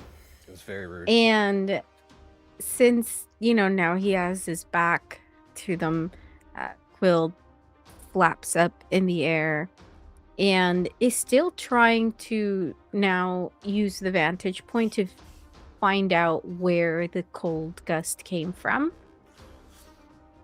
But if they don't see anything with their bird eyes, they're going to charge, let themselves drop. So their wings come up over their head and they drop talons first into the back of the bagman. If I can't, my bird eyes don't see. You do spot the other one who Okay. has emerged from the door. It's a guy in a white suit with like a light blue tie, and he's got his, bag mask as well, and he's clearly got like ice on his arms, like trailing up, and he just blasted at you. So he's still in blasty stance. But he's much less physically so the door has imposing than the other one. opened. The door is open. So Quill has this moment of indecision where she had flapped up for both the vantage point and to be able to drop, and was about to drop when she spots him, and she's like, but the other one is bigger. But she knows that Ember is there locked in combat with him, and so she should take the other one, but he's smaller. Can I And so propose? there is a like that moment of I'm gonna drop on the big guy anyways, when she turns around and she's going to fly at the guy in the door, and just yell out to Ember, "There's more!" and try to literally tackle him through the doorway so they both land inside of whatever this place is. And Gotcha. ideally, the ruckus will also let Bertram know that there's other stuff going on outside. That is smart. I like it. So Roll. yeah, so Quill barrels through the door. This one is going to be a Talon strike. So I'll roll that. And that is a crit on a 17. Okay, what does that bring your? Oof. Hilariously, at Origins, someone pulled this and they were like, "Oh, that's a crit on a 17," and I was like, This is the first time I've done it. Why did I let that happen on a sheet? I was like, why did I allow this? It doesn't happen often. I think this is the first time I've crit with my talons. Good. Even though it's so low. But that is a 27. With the crit. Okay, I was going to say to 17 hit or plus the 10. DC? Oh, the DC is 25. I don't know if a crit changes that. The crit, you can either add an extra effect to it that they have to roll against, or you can just raise your damage DC by 5. Okay. So with the crit, I'll do what I was trying to do with the other guy, and with the force, like sort of push him down, I like that. prone. Yeah. So he'll be pushed into the. That this makes place. a lot of sense to me. Yeah, he'll go into it, you'll go in there, and he'll be prone. Mm-hmm. So that way too, he shouldn't have line of sight to Ember and the other man outside. This is true. Oh, nar. Sorry, just checking some math real quick. Well, good job with the crit. How's it look as you knock this man out? Yeah. Oh yeah. You crash into the building with him. What happens in this flurry of violence? Yeah. So you see it. He was standing in the doorway with his hands out because he had just blasted Quill with air, and Quill, in that split-second decision, decides to fly towards him, and mid-flight turns around so her talons are in front of her, and they strike this man in the chest, sort of taking the half-ajar door behind him with them as they go, and Quill essentially lands standing up on his chest. And he must have also hit something else on the way down that just conked him out. Or maybe he hit the door frame too hard. Yeah. That it conked him out, but Quill was not expecting it to do that much. And so Quill lands and was ready to put her wings around herself to defend from him when she looks down and he's, passed out. It's like, oh, she just very gingerly steps off of him. Yeah, he does not move to get up or anything. You do see some dudes in gray suits that are like, oh no, someone else is in here now. There's like a couple of them that look in your direction right now. Eagle-eyed viewers will realize these are more of the doubles. There's a lot of them here. There's more than 2 doubles. Is that not doubles? Duplicates. Whoops. Duplicates. Ember, it's your turn. Big guy right up in your face. Also, you heard what sounded like a part of the building collapsing in.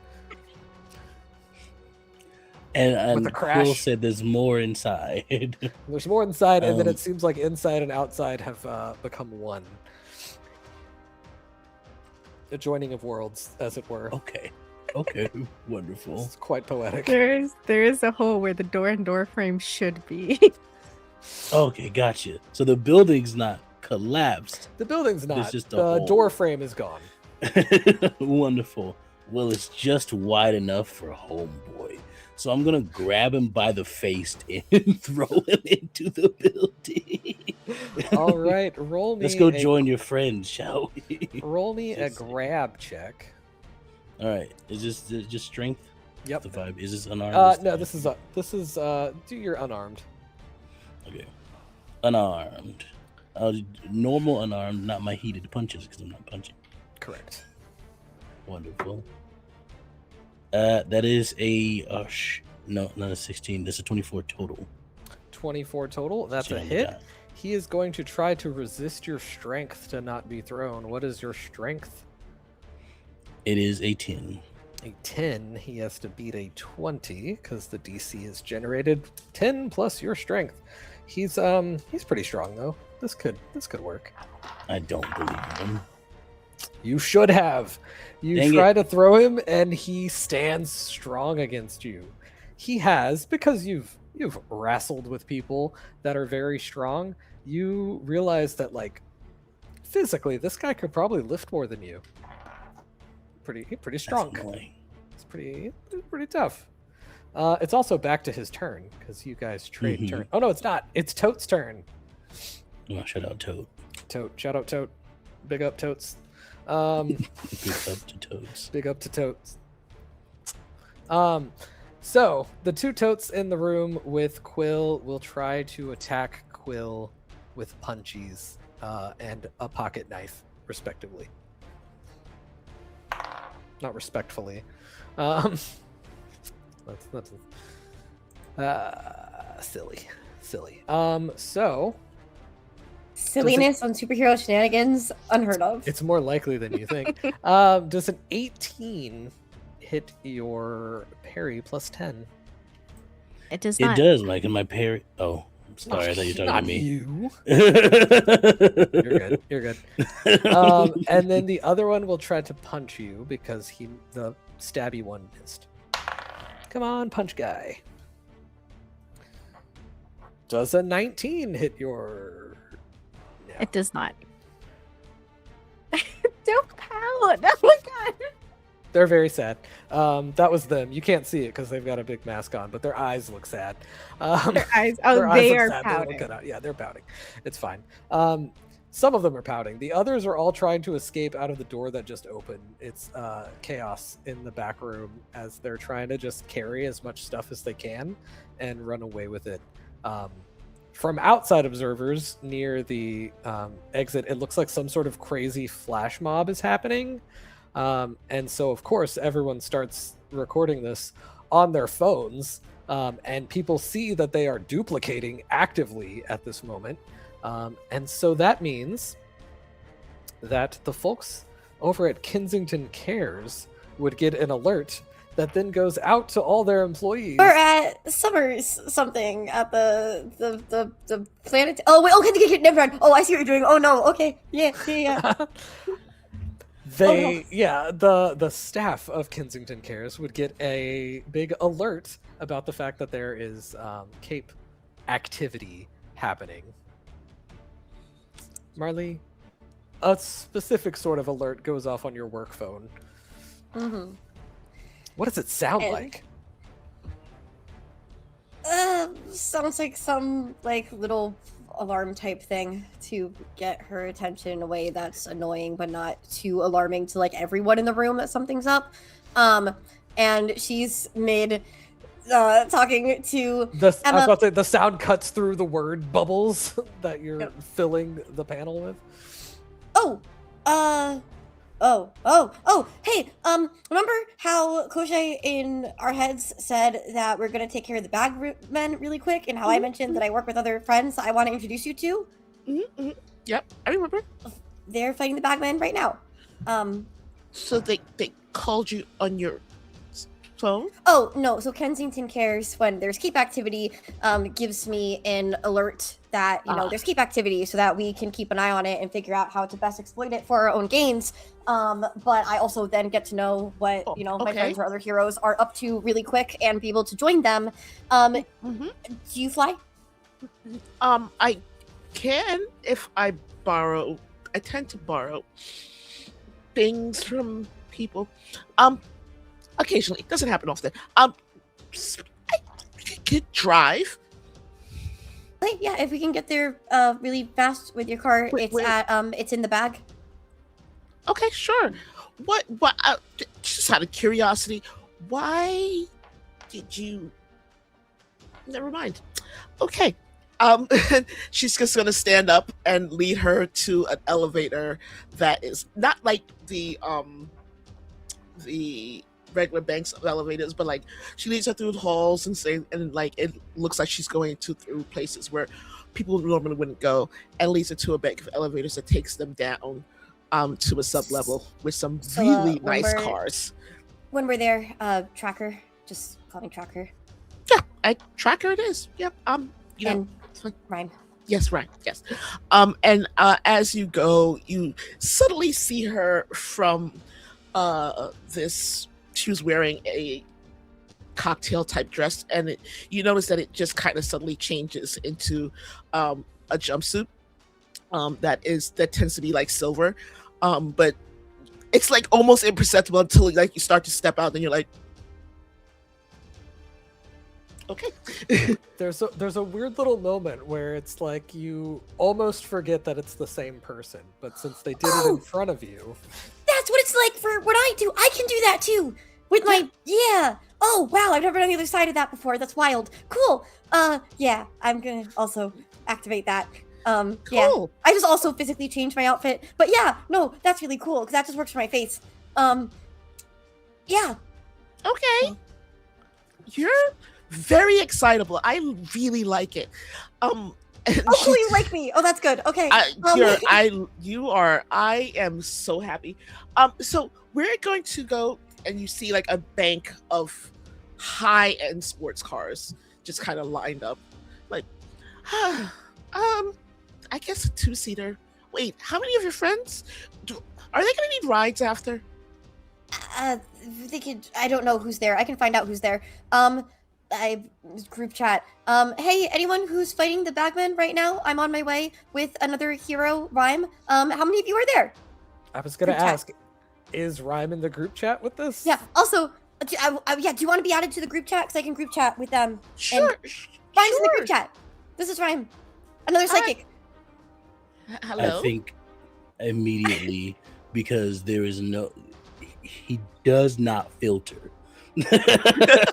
So I think immediately as y'all connect to the group chat and to Leo's mind, you hear not words, but the impressions of excitement, animalistic rage, and the want to push someone's face through concrete. Okay. Leo, you're there. Leo, you should be resting. What are you doing fighting? Okay, we gotta get there quick. I do have a question. Yeah. Is Quill in the group chat? Because Quill is like less chill with the mind stuff.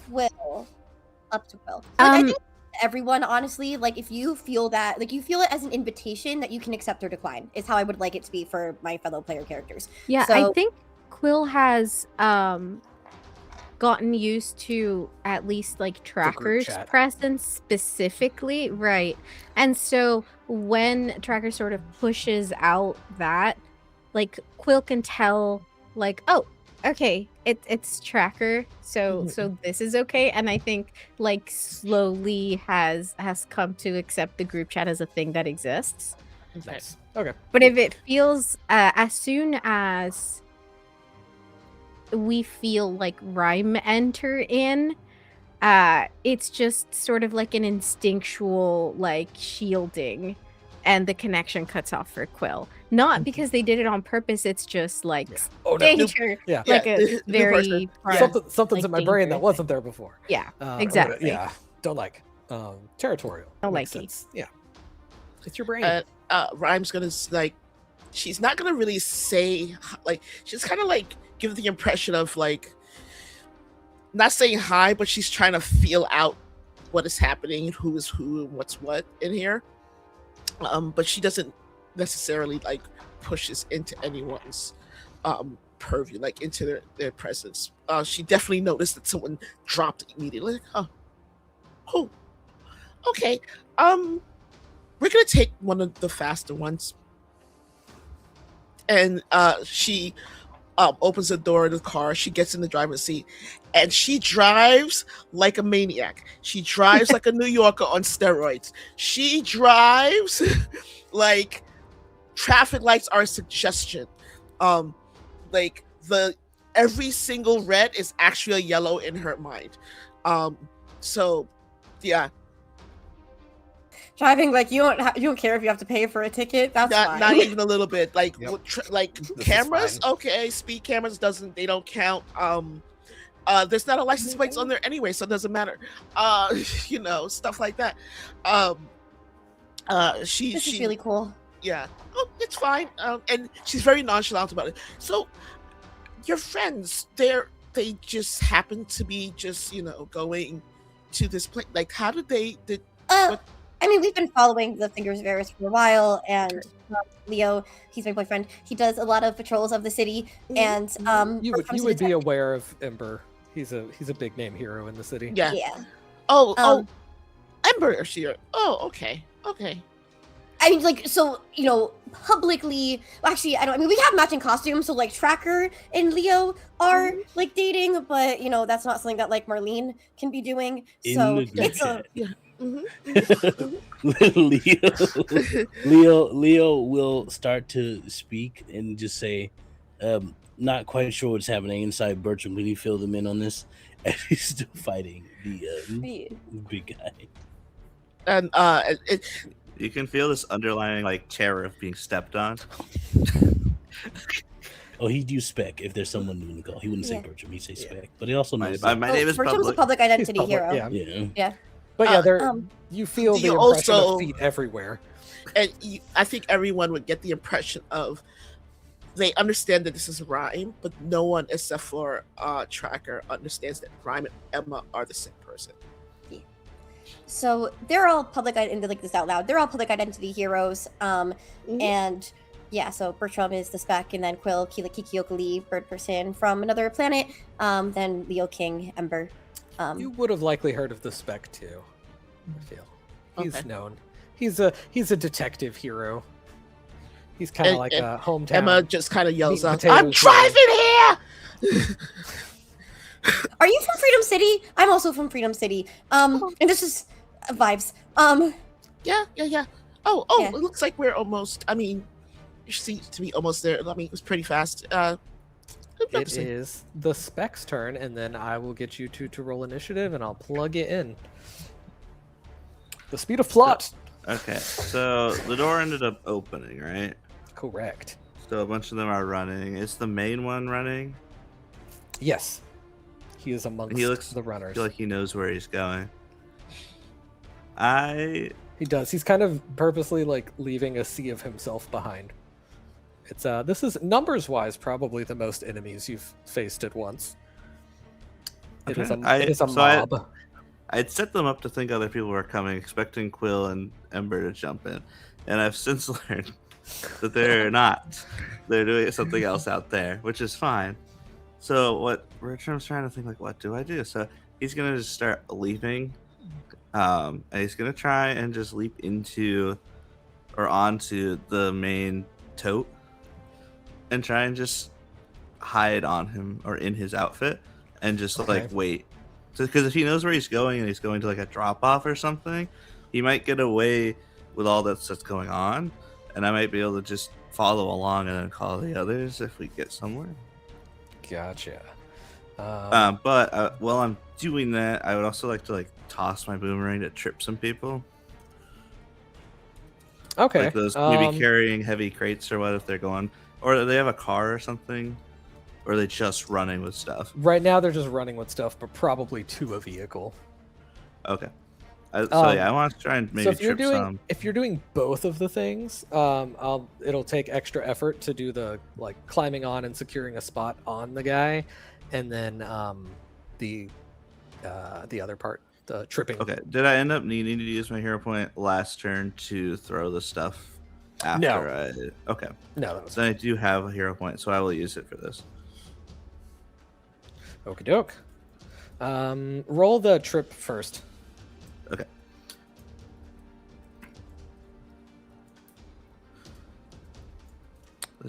Bertrum can't do much in a fight, so when there's 100 of them, there's even less I can do.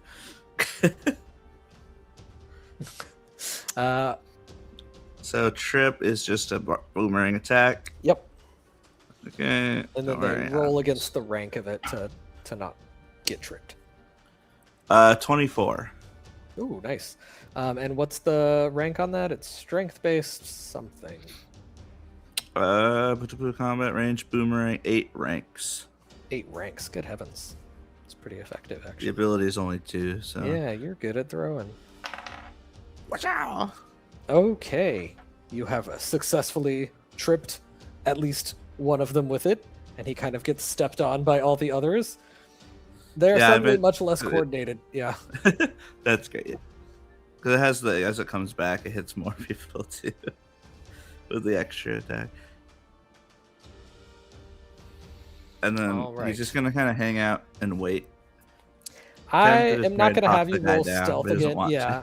I'm not going to have you roll stealth again. I'm just going to say it takes that action to get onto him like that. Roll. Okay. Plus 20. He just likes seeing the really Yeah, he wants to add his plus 20. Fine, roll. That's a natural 20. That's a 40. Hey, it was worth it. Like, you are one with this man. So hidden. Iconic. Well done. Well done. I don't know about that. I spoke too soon. I spoke too soon. I got hasty. You disappear upon his physical form. Bertrum's also going to drop out of the psychic chat because we were dealing with some people like the Deathless and whatnot, so enemy psychics, and he is gonna just try and not have that connection so he doesn't draw attention in case where they're going. Well, I guess I can keep it now, but if we start getting away, I want to drop it in case we're going to an enemy psychic. I don't want him to be aware. Okay, I see the that might logic set it there. off, but I'll stay in it for now. I guess I don't need to drop it yet. Okay.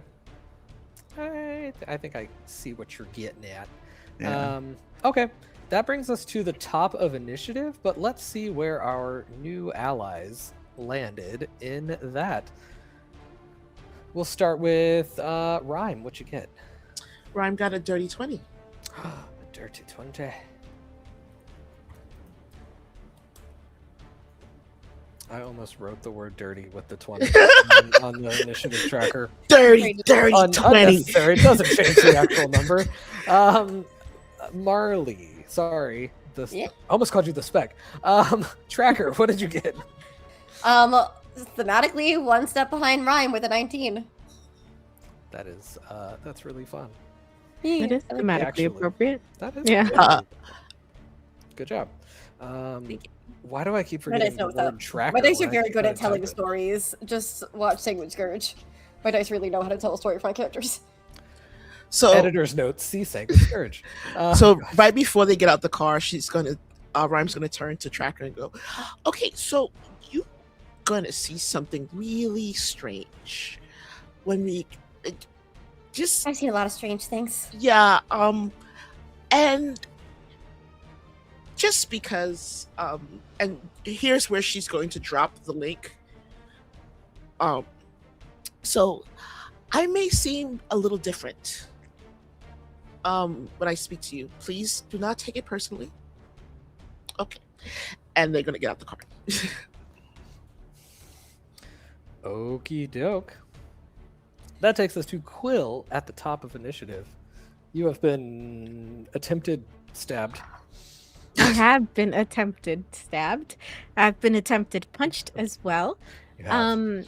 I did forget I had takedown, so I need to remember that. Oh, you do. That was a thing. But important Quill has stepped off of the chest of this man. That man, And for the edification of the viewers, is Freezer Bag. freezer bag. Somebody we know because one of the others yelled out his name when they saw him all conked out on Freezer the Bag, ground. no! Exactly. It's really Like, dramatic, like mental a note. guest artist. So dramatic. Hyper realistic. Freezer You were Bag, our no! favorite. No. He truly loves You were Freezer the Bag. coolest. Freezer back. It's, And Oh my gosh. And so Quill is going to just turn around to her new attackers.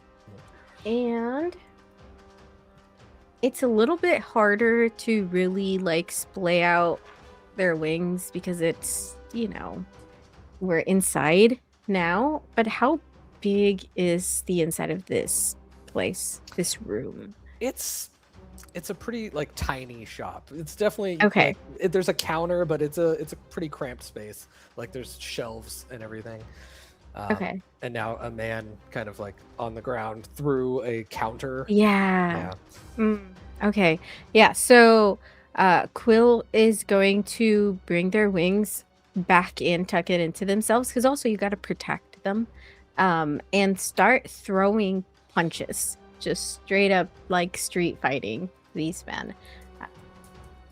So I will roll to punch probably the one with the knife because he seems a little bit more dangerous. He's got something Right that's now. almost like a talon right now. Yeah, just a little bit more dangerous. And that is a 22 to hit. Okay, a 22 absolutely hits this man. Okay, DC 23. Oh, goodness. That's impossible for him to get this roll. Yeah, he goes flying back and counts as a minion. Does he? Does he does count as a indeed. minion? He do.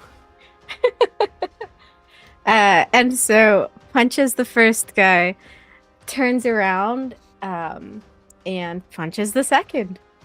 Absolutely.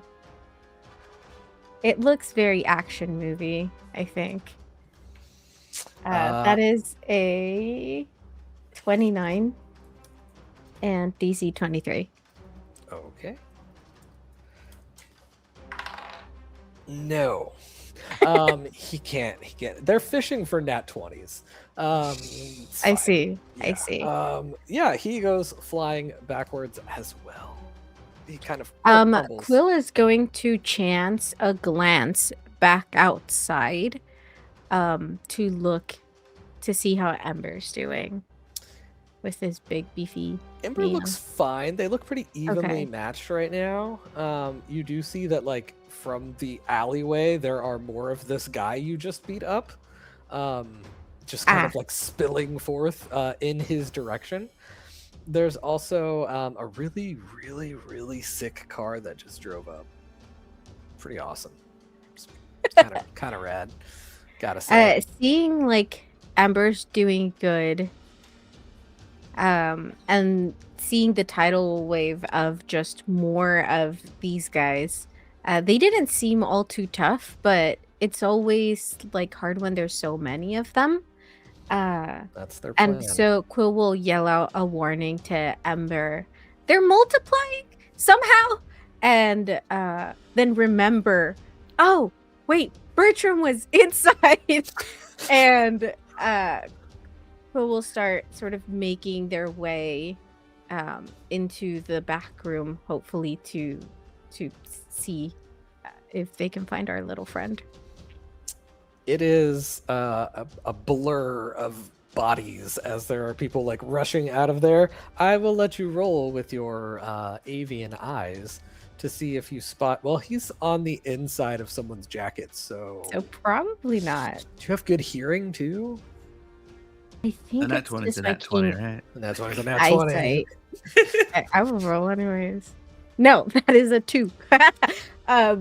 So no. Yeah, no, I only have eagle-eyed. So. It was gonna be really tough to like figure out how to word it right, where it's like you see a tiny human-sized bulge, little bump. human-shaped bulge. Yeah. But it feels like wrong wording. Shouldn't. Yeah, so I person can't shape. see him in You the can't. chaos. No. He's still in the group chat, but you're not, so I guess you can't really call Yeah. for him. No. Just by circumstance. That does bring us to Ember. It is coming up on the new character's turn in just a little bit. So, situation here. I have a big guy Yeah. and then a bunch of little guys. And then a sick car with your girlfriend in Yes. it. Sick car. It's an Aston Martin Valkyrie, if you want to. Hell yeah. All right. It's pretty awesome. Yeah. All right. Leo will look at this guy and will say, "You're gonna have to make this quicker than I thought, so try not to die." And I'm going to hit him as hard as I can.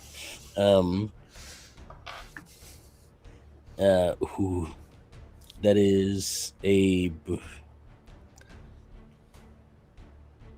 26 to hit.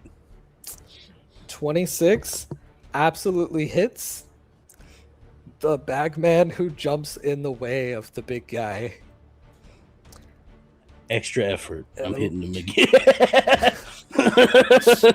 Well, I was gonna say you did destroy a minion. If you have takedown, you would get another I do have one. takedown 2. Quill, you would see this too. The two guys you just took down like poof away in a puff of smoke once they're knocked out. Oh, cool. The one you just punched, you punched him into smoke essentially just now, Ember. It's pretty alarming. You just poof. Wonderful. Yeah. Do you want to take down Chain? Yeah, we'll take down Chain. Might as well since we're here. As Take one down does. Chain. All right. Just roll another d20 here. It's a natural 20 for 28. All right. They can't survive your DC. What's your DC? 27. Yeah, they're not making that. So you can continue the chain. I'll cut you off when I feel you've cleared enough of the minions. Wonderful. There's not that many out here yet. They're beginning to spill out. So we'll cut you Oh, off. this is within the worst reason. roll. This is the worst roll of rolling this die. That's a total of Excellent. 11. Oh yeah, you miss finally. As you poof, poof, poof. What really is accomplished in this is that these little guys are getting in the way of the big guy largely. He pretty much has cover versus attacks now because of all of this. They're almost more of an environmental hazard at this point than enemies. The way it looks is it's first a punch that was aiming for this guy's face. It goes through, I guess, the first guy. He punches the other one in the stomach. I guess goes through that guy, and he goes to suplex the last one. Jesus. My goodness. All right. Running the gauntlet. We then get to Tote's turn. So Tote Prime is squeezing his way past everyone. They kind of make a path for him because they all... It seems like they're coordinated enough to have some sort of mind link, perhaps. And as everyone's kind of like rushing about, a path opens up, and Prime Tote is like slipping through alleyways away from everyone else with a tiny Bertrum in tow. Meanwhile, the other ones will have a couple that try to grab on to Quill. Ooh, they're not very strong though. Does a... Where are you? Where are you, skills? Aha. That is a grab. Does a 24 hit you? That does. Okay, roll a strength save. Yeah. What a twist. Damn. I believe in You you. sure? I am sure. I believe in you. Are you sure? That is a 12. That is a 12. I think you got stuff if you want to add to them. Let me see. Yuri, you have a +5 from Rosie. Oh, I do. I don't know. Will a 17 do something? 17 You might still have is, the 17 hero point clears. apply. Yeah, Okay. 17 clears. I for will sure. use my +5 circumstance bonus from Rosie. Thank you. Good call, because you had just failed. Another one also successfully grabs you, so do another strength. Their plan is to just grab I everyone believe in you. and then You got this. poke them while they're easier to hit. Spoilers. Oh, that's better. That is a 19. They can't hold on to you. They're strong-ish normal guys, basically. There's just a lot of them.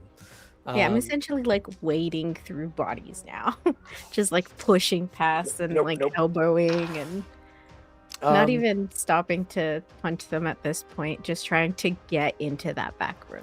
To attempt to grab Ember, but I roll very badly, so they are kind of in their own way here, and they don't manage to do anything.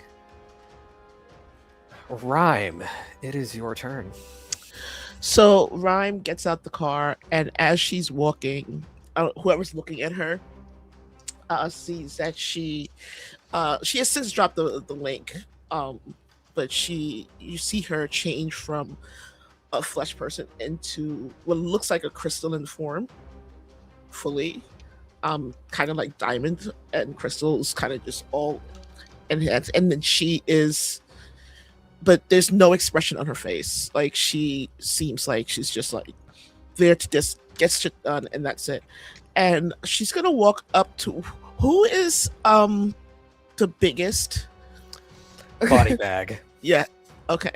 She's gonna walk up to Body Bag and literally just punch him as hard as she can. Okie doke. Roll that unarmed with your diamond form. Or crystal form, I think I wrote it as. I think we said diamond. I don't know what I typed. I don't know what I typed. I don't know what you typed either. It's a bunch of different ones. Yeah, what do you want it to be? Yeah, it's whatever you want to call it. We'll figure that out later. Haven't you thought that far? Stick around for future episodes of Superhero Shenanigans. On board for that. This is not a one and done? Oh no! I didn't know. Okay, so unarmed is going to be 28. 28 to hit. What is the DC on the damage there? 21. 21. Wait, I think it should be higher than that. It'll be, what is it called on there? Hold on. Sorry. Yeah. I have to name things better is what needs to happen there. I called it Diamond Punches. Yes, I see. So DC's 23. 23. There we go. Right. I was like, I know it's higher than that. Okay. You bruise this bruiser, and he is dazed, so he can only move or attack next turn. Mm-hmm. And he is like surprised that he just got socked. So it's a 28 because it was a crit, because I had a natural 20. Oh, it was a crit. Yeah. Oh. So just kidding, he's staggered. Yeah. Additional degree on there. So he's another stagger and he's out. Okay. Solid punch there. Yeah. Tracker. Yeah. Fireworks already? Sorry. Fireworks outside my apartment. Yeah. So there's a lot of these duplicates around, and they look like this body bag. They look like tote. Body bag is the big one. The other ones look like kind of normal, almost scrawny guys. Does Marley have line of sight on tote? On tote, yes. On several totes, yeah. Oh. Can she use her, like, mental, sensing to know which one is, like, the prime version to target with the sleepy, dreamy time? Sleepy, dreamy time. You don't have line of sight on the main one. Okay. I'll let your... You have a hero point, right? I do. If I Psychic Blast one, can I Psychic Blast all? With a hero point, I will let you exploit that mental link. Yay! To chain it through them. I mean, that's the Marley special, exploiting mental links. I'm going to use the hero point for coming up with the name. It's in the bag to make this work. Okay, so it's Worthy. the mental blast. I think it's DC 24. That's what my character sheet says. Is that for the blast or sleepy dreamy time? I think mental blast under psychic powers. DC 24 alternate resistance will. Okay, do you want to just do it as maybe I roll for it. Maybe I roll for it. You want to do it at just a mental blast? Oh, Sleepy Dreamy Time's right there under it. Well, yeah, but Affliction. oh, yeah, but we're. Oh wait, you want to do Sleepy Dreamy Time? I was gonna do Mental Blast on the. Oh, you can do it. I thought you were saying Sleepy Dreamy Time. We can do the blast on all of them. Whatever you want to do. Yeah, like on the minions, just get rid of them. Yeah. If that works. Okay. Yeah. Oh no! What does this mean? Natural 1. While locked into the mental link, yeah, they just start like how to make this not super dark. They start like grabbing their head and here's like a tracker doing it, and then they poof into smoke as they scream in pain. These people just start disappearing. And Tracker just looks really focused and kind of like, if anyone's watching, as she like looks at each one is when they disappear. Bertrum, you feel the prime that you're running with like stumble as the connection is broken with all of these. So you've basically knocked out all of the totes except the main one. You would recognize that he seems almost wounded, or he's like running like he's distressed or very tired suddenly. Bertrum with the prime one, and everyone, this wave of people not really around no more. But seeing as there is one person who, even though this attack is pretty subtle, one person is kind of glaring in the direction of everyone who is poofing away. And so someone tries to punch Marley. Just for the drama of it, because it does have subtle on it. It does have the subtle tag. I'm just saying. It does have the subtle tag, but for the drama of it, he has put two and two together, or maybe he sees someone he thinks would be easy to punch. Now, there are two people here with interpose. Yeah. Right next to her. I will interpose.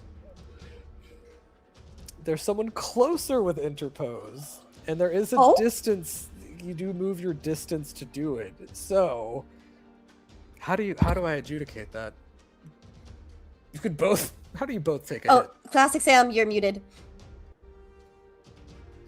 I am muted. So I was going to say, as my brain stuff, as Ember goes to interpose, Rime gets in front of both of them. Interposing on the interpose. Yes. All right. That means you take the hit. Mm-hmm. I guess I should have rolled first, but yeah, you're gonna have to do that one because this is gonna hurt. Okay, that would be a 22 to hit.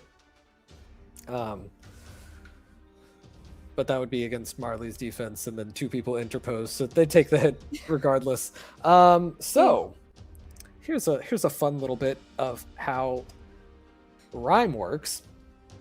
The damage for this attack is 12. So the DC would normally be 27. But when Rime gets hit, she cuts the effect rank in half before making her toughness check. So it's just a 21 for her. It's as if she's taking a rank 6 hit instead. Go ahead and roll toughness.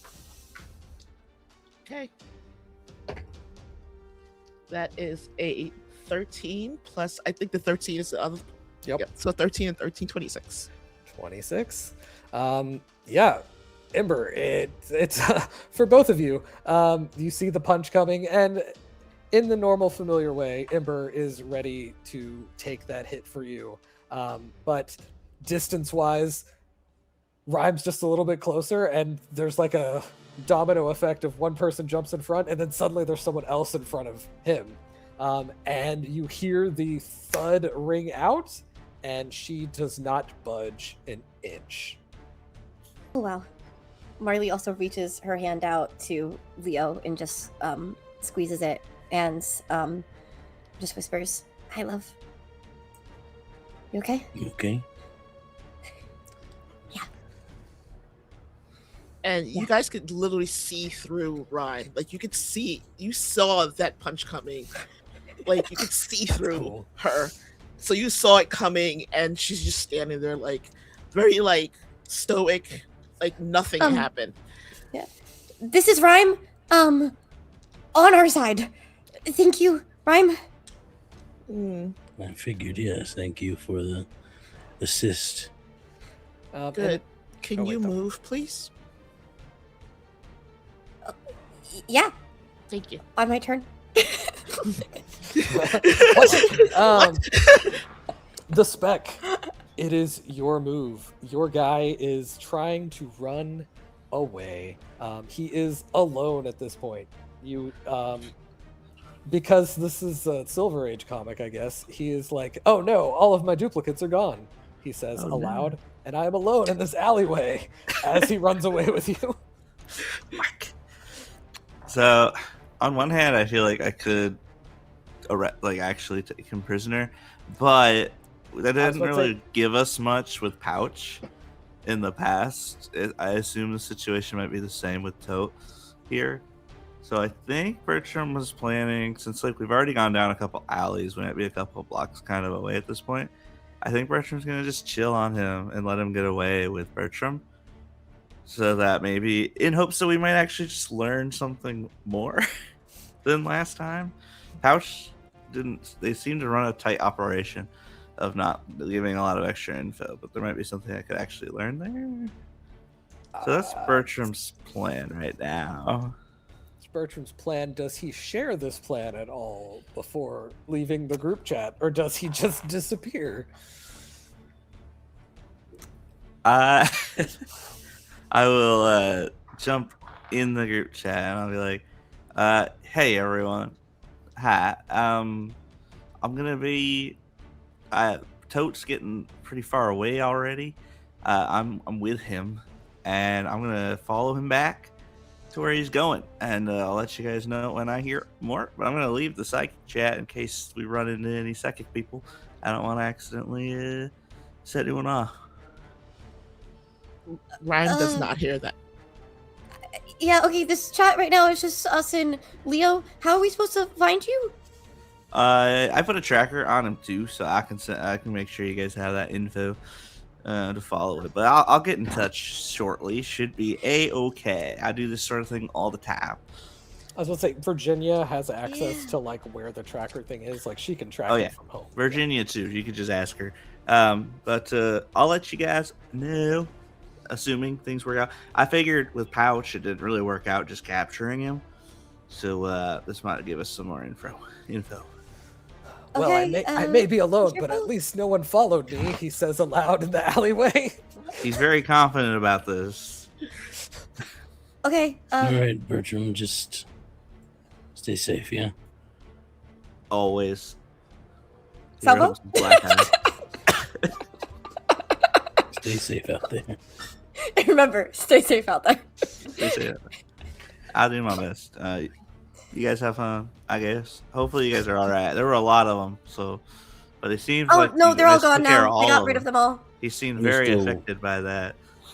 Oh, There's yeah. still one That, more. oh, really? That worked? Oh, cool. Oh, awesome. Oh, wow. That's good to know. It's a major flaw on his part. Quill's Okay. not here. Tell them bye. I'll see him later. I'll let them know. Too. You all hear probably as like now that everybody's disappeared and she's in this store, has made it to the back room where Bertram started, and looking at like the boxes on the ground and everything, and it's just like, Bertram, where are you? She's Yeah, just 'cause tossing Quill- boxes. Will and, like, was in looking the around. group chat for like at the start, They- right?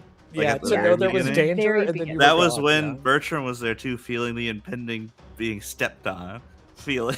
And Yeah. you just never heard from Bertram again. Yeah, and so Quill has no idea, and Quill's just calling out for Bertram and like looking under things and essentially You're turning the room. ransacking, which ransack would be Upside another down. great name for a bagman. Yes. Ransack. Runs. God. And you're searching through. Yeah, that's yeah, you all hear the cacophony of yeah, they're tearing through everything. There's only one enemy left, who is Body Bag, who is staggered already. One So last I'll just thing, if I could jump in. I just want to know, I might have to turn off the tracker if they have like scanning devices. So if you look into it, it might not be working. It'll be cool. just look for I'll the reach out. last location. I'll Yeah. reach out. Don't worry. It's not helpful. All right, just stay safe. Yeah, thanks. Ba-doop. Is that what it sounds like when you stop thinking in the chat? That's what he gave. Like it's what his phone does. He's He did gotta- that too. He thinks did Put just- the Badoo. power down. Yeah, I like to Thanks, think that Badoo. everyone has like a mental thing that they think when they leave that they might be fully subconscious of. That yeah, like Marley just like what's that sound? So I will drop y'all out of initiative if you want to just bludgeon Body Bag into unconsciousness. So I think at this point, Rime just kind of like picks up. So Rime just kind of picks up Body Bag and like just throws him as hard as she can, as far away as she can. Just because. just tosses him. Yeet. There's a thud in the distance and a groan, but it doesn't sound like he gets up and runs away immediately. He was already staggered, so he can't make it far anyway.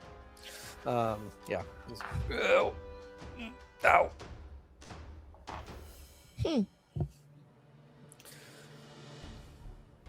So, the night is yours. Quill comes back out of the shop to the rest of them.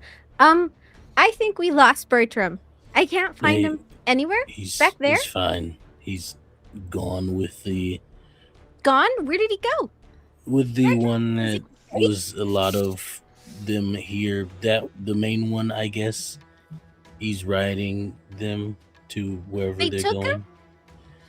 Voluntarily. Willingly, yeah. Yeah. He's hiding. He's hiding with them to try and so that we can track him to their base location.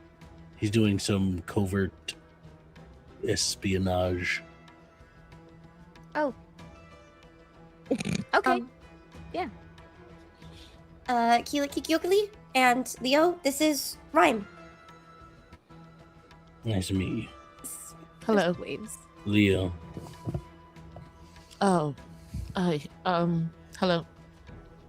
Like you notice, Tracker notices this is a different person. Like her personality, there's no charisma. There's just stoicism. Just Yeah, and Rime is friend and helpful. And thank you for your help. I appreciate it. It is not often we see new heroes in the city, so it's nice to know that someone else is around. yes, Helping out. it is. Yeah. Thank you. New If you friend excuse is me one moment, Always please.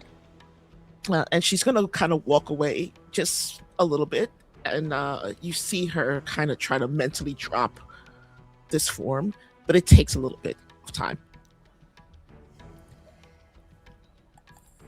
So we're Are we just letting Bertram is still little yeah. and they don't know he's there. So This is good. So we can track Bertram once he gets, to a base, and then we'll know where the bagmen are, and we'll have another one of the fingers of Eris taken care of. You okay. can talk to his wife about it. We need to. I guess give him a couple hours. Yeah. So back to Ravens. maybe? And the Sure. heroes. So as you guys notice that Rime she's back into what appears to be flesh. You can no longer see through her. She's like, oh hi, sorry about that, Tracker. Your friends are lovely. You two seem to be a thing.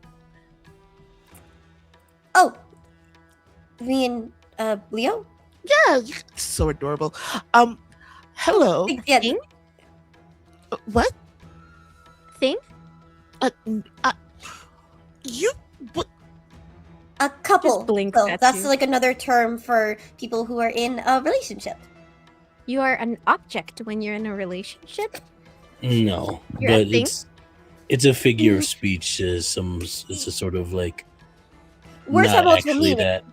Yeah. Yeah. Okay, you're a thing. Okay. But not like a thing like the way that, a car is a thing. Yeah, it's The relationship is a thing. I understand. Yeah. That is a better explanation than what we gave. That I'm glad you got there. Tracker. Like a romantic relationship is a thing. A friend relationship would not be a thing. Okay. Tracker. There. Yes. This is you. Can you They know Hi. my names, if that Okay. helps. They Yes.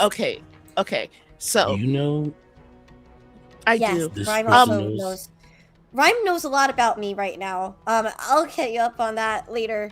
But met as Marlene, so had to, then very quickly. Okay. But no one It's else fine. there knows. Yeah. Yeah. I'm just wrong. I trust Rime. You Quill is. Can you explain? I'm curious. You seem to what is happening here? They cock their head, like not quite understanding what Rime is asking. And Rime is clearly confused about Quill entirely. I think they're confused about the fact that you're a bird person. Yes. Yeah.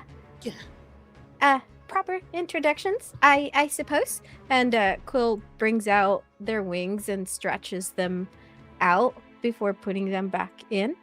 And does that does a little bow using their wings instead of their hands. So one goes forward and the other one behind their back.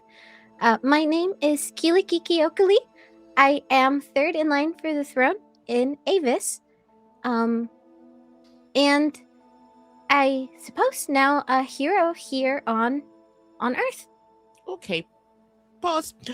I need you to rewind that a little bit. You're from where now? I suppose, right. And It's I'll not say, common knowledge. as Quill begins explaining, and the heroes head to Ravens for the night. We'll fast forward just a little bit to the evening at Ravens. Marley, you're back at the mansion. It's been a bit since you've been here with your friend, the Eye. Your Yeah, friend? Question and- mark? This is not a question mark. We're good. Yeah. I don't think there should be a question mark. Yeah, and I've been meaning to get back to Ravens for a while. So a while. It was yesterday that I met a new hero who then was like similar vibes to me, and I just felt like inherently like very familiar with, and like I could trust a lot. And then was just like curious because he knew about me and was asking questions about me, and also Leo. And then at the very end of it said bye mom and disappeared through a portal. So yeah, I've been meaning to talk to the Eye of Chaos. So I am sitting in C issue? Previous issue. I 31. Don't know what C issue 31. This is 31. 32. Or more. So I am going to sit cross-legged on my bed in Ravens, which happens to be above the vault that the Eye is in. And am going to close my eyes and focus in on the Eye of Chaos. Hi. You feel the sense of acknowledgement. It acknowledges the connection So wordlessly, which is fairly typical. the chaotic friend that I met yesterday, Prodigal, who said that they're my child. Called me Mom. Do I get the acknowledgement on this too? Yeah, you get the vibe that it like, okay, like it acknowledges what you're saying, but maybe doesn't understand the concept of family. Oh. Well, I don't really... There's a lot that's family. There's just the genetic relationship of family, and then there's the emotion, and every family is different, and I also kind of feel like people here are my family, but this is going to confuse you more. I gotta be on topic. Chaos, mind wandering, you know how it is. Similar. Close. Strong. Yes. Can you find Prodigal for me? He disappeared through that portal, and I just... Can you find them? Can you bring them? Yes. And it might not be in this world. It might be a different planet. It might be a different universe, like when I was taken to the librarium. But actually, I mean, if they're my child, then I feel like they would originate from this universe, but then if they were lost, then they could have ended up in a different universe. So I don't know if that portal was a multiversal portal or just like a portal to a different planet. But can you find my child? Can you find Prodigal? Is this the same question? I hope this is the same question. Collect? Yes.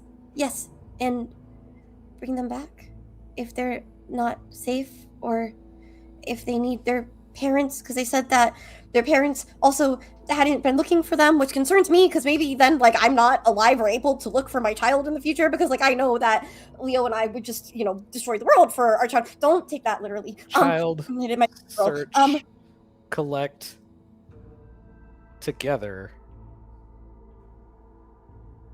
Yes.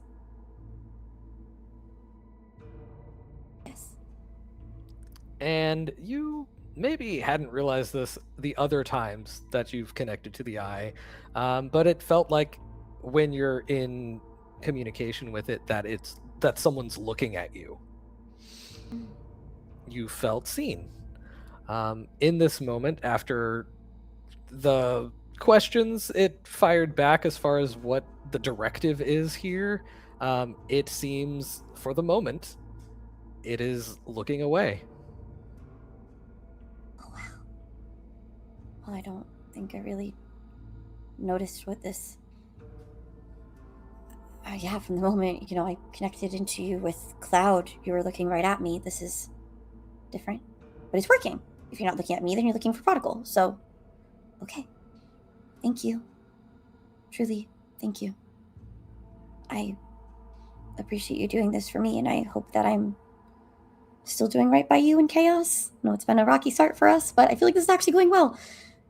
You can feel... Have you ever walked up on someone who's like clearly like locked into a task very specifically, like you can't pry their attention from it? You feel that intent,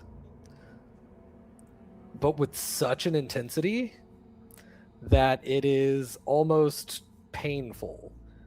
Like it would pull you in. It's so focused on that if you don't separate from it right now, as it is trying to do what was asked of it. Okay, I trust you. Come back when you're done, please. I don't want to lose you, but I also don't want to lose my son. So yeah, find my son, please. And then I've reestablished my connection with you before I can do that again. That's fine. I know where you are. You know where I am. Okay, I gotta go. Oh wow. Oh, Find, you're intense. Okay. Collect together, child. Find, collect together, child. Find, collect together, child. Together, child. I'm gonna go. I trust you. She steps back for the first time since she connected. You have to pull away from the connection at this point. Similar to whenever it was drawing you to it at Bertram's apartment. Yeah. It's the reverse of that now, where you're like, oh, I feel that tug, and I'm going to like purposely go the other direction from it. Yeah. It is, the eye is set on its task. Its focus is on Prodigal.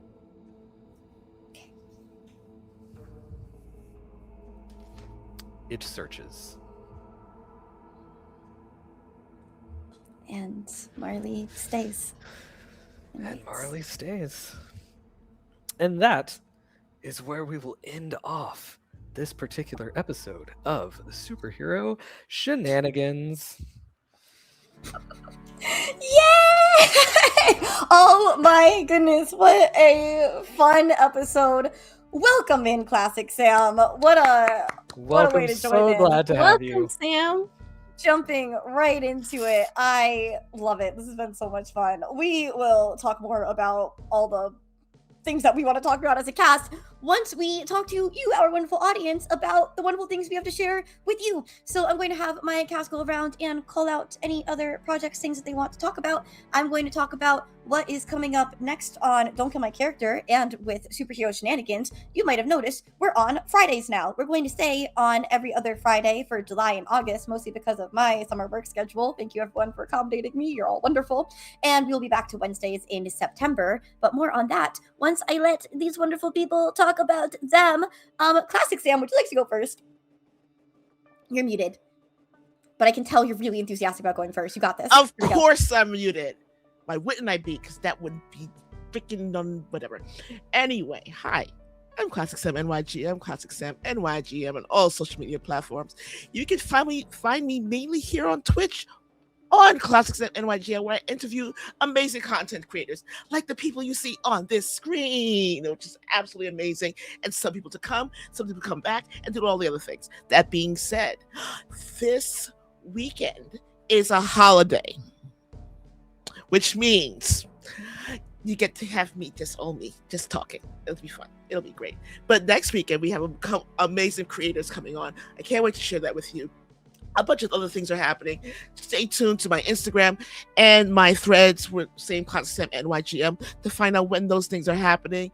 And you'll see me back here on this channel as well. I'm so happy to be part of this. I'm so happy to have you. Welcome in. Yeah, I'm so excited about everything that's coming up for Shenanigans and just kicking it off this way. It's a great time. Speaking of what I love, hi Extell.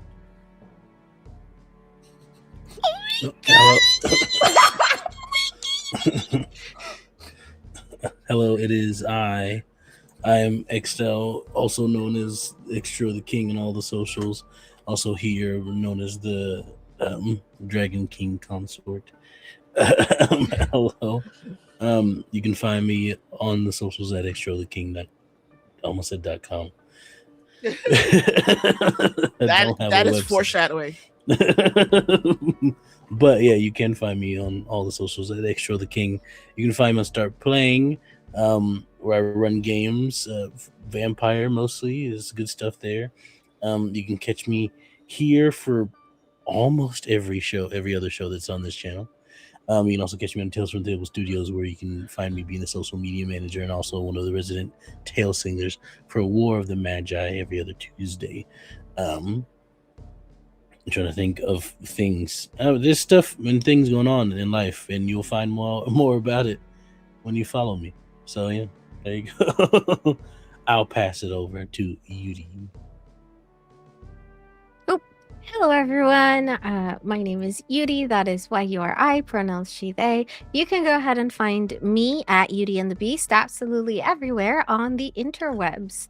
Right now, we have a couple of really exciting things going on. A lot of pre-production, pre-recording things that you can't find out about, but I'm so excited and just bursting at the seams to tell you. But what you can know as of now is twice a week now over on the Somebody's Heroes Twitch, we are releasing the vignettes for season 2 of Somebody's Heroes, and Morwen, aka my character, is coming back for season 2. Her vignette just dropped last week, and also the vignettes for my players, because in season 2 I am running a table for Somebody's Heroes, are also coming out now. So it's a good time to catch up, know a little bit more about the characters. There are 4 tables going on in the same world, and so you can start deciding which one you want to watch, or just watch all of them. You can also find me on every other Friday over at ADH Adventures as we play Exalted Gods of Creation. And then every other Friday that I'm not there, I'll probably be here over the course of the summer. And then on Fridays, also releasing is our pre-recorded game of Vampire the Masquerade, Chicago by Night, Blood on the Mile, over at the Old Ways podcast, where I am playing a dark, broody La Sombra, the entire opposite of everything that Quill is. And it has been so much fun. And just check out my socials until I announce those other sneaky little projects. That's it for me. Yuri always beats us to like really good things. I'm so jealous. Also, I'm also on Demon's Crown for Somebody's Heroes. Look, things aren't cool unless Yuri's in them. I know. It really isn't. Whatever. Every time I have to tell Claude that Yuri is not available for an episode of Superhero Shenanigans, he quits. This truly, I have to then Every convince time him he to quits save and the then show. comes back. Every single time we're discussing, okay, here's who's available for an episode, not Yuri, I quit. And then I have to get I don't. Yeah. I'm gonna start to follow Claude now. Okay. I love it. I'll pass Speaking it of on someone who over follows Claude. to- Yeah. Yeah. Oh, do I pass it? Do you pass it? No, not me. I don't follow Claude. Sam. Pass it to Sam. Yeah, we got this. I follow Claude. Yeah. I mean, on socials, I follow Claude, Curly Insane Guy. I follow him on all the socials. Hi, my name is Sam. Find me at Sam Sarver Writer at Instagram or sam.sarver on Threads. I think those are my links. Who knows? I don't. They're separate for some reason. I'm here. Superhero Shenanigans a lot.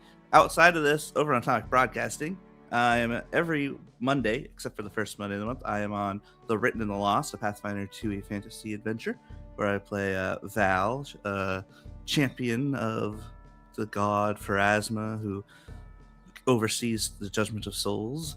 We have a lot of fun over there. It's a great time. I have a raven that's bigger than all of us in the party. It's so big. I love it.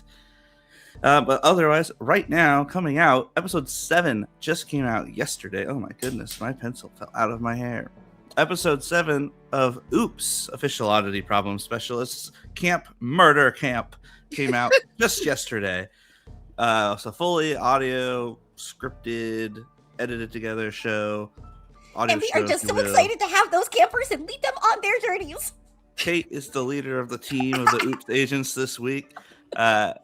As Keeper 87, I believe. 85. Anonymous hazmat suits. It's hard to say. I don't remember all of them all the time. They're all numbers. They don't have names. They don't have names.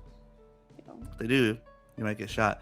Episode 7 just came out. There are 12 episodes in total, so that means we've got 9, 10, and 11 coming out very shortly. So keep an eye out. It's really fun. It's about 20 minutes long each episode, all based on different horror tropes, full comedy. We have so much fun with it. You'll see some more people from Don't Kill My Character in the upcoming episodes. So get ready. It's super fun over at Atomic Broadcasting or the Atomic Broadcasting Variety Hour if you are looking at a podcast feed. And that is pretty much all I'm doing right now. It's taking a lot of my time, and it's so much fun. And then someone else has not gone, can go. That's Claude, I believe. too. But I follow Yeah. Claude. That means he already went, so we can skip him. That's true. Plus, he already he plugged my socials already, so that's like most of what I do. Check out Curly Insane Guy everywhere on social media. Yeah, He not does all everywhere. sorts of A things. lot of places. Everywhere. with a few I've made notable sure of it. Oh no. Hi, I am Claude. I have been your game master. I also occasionally play Salvo on this game. He's fun. I am available to GM games for you.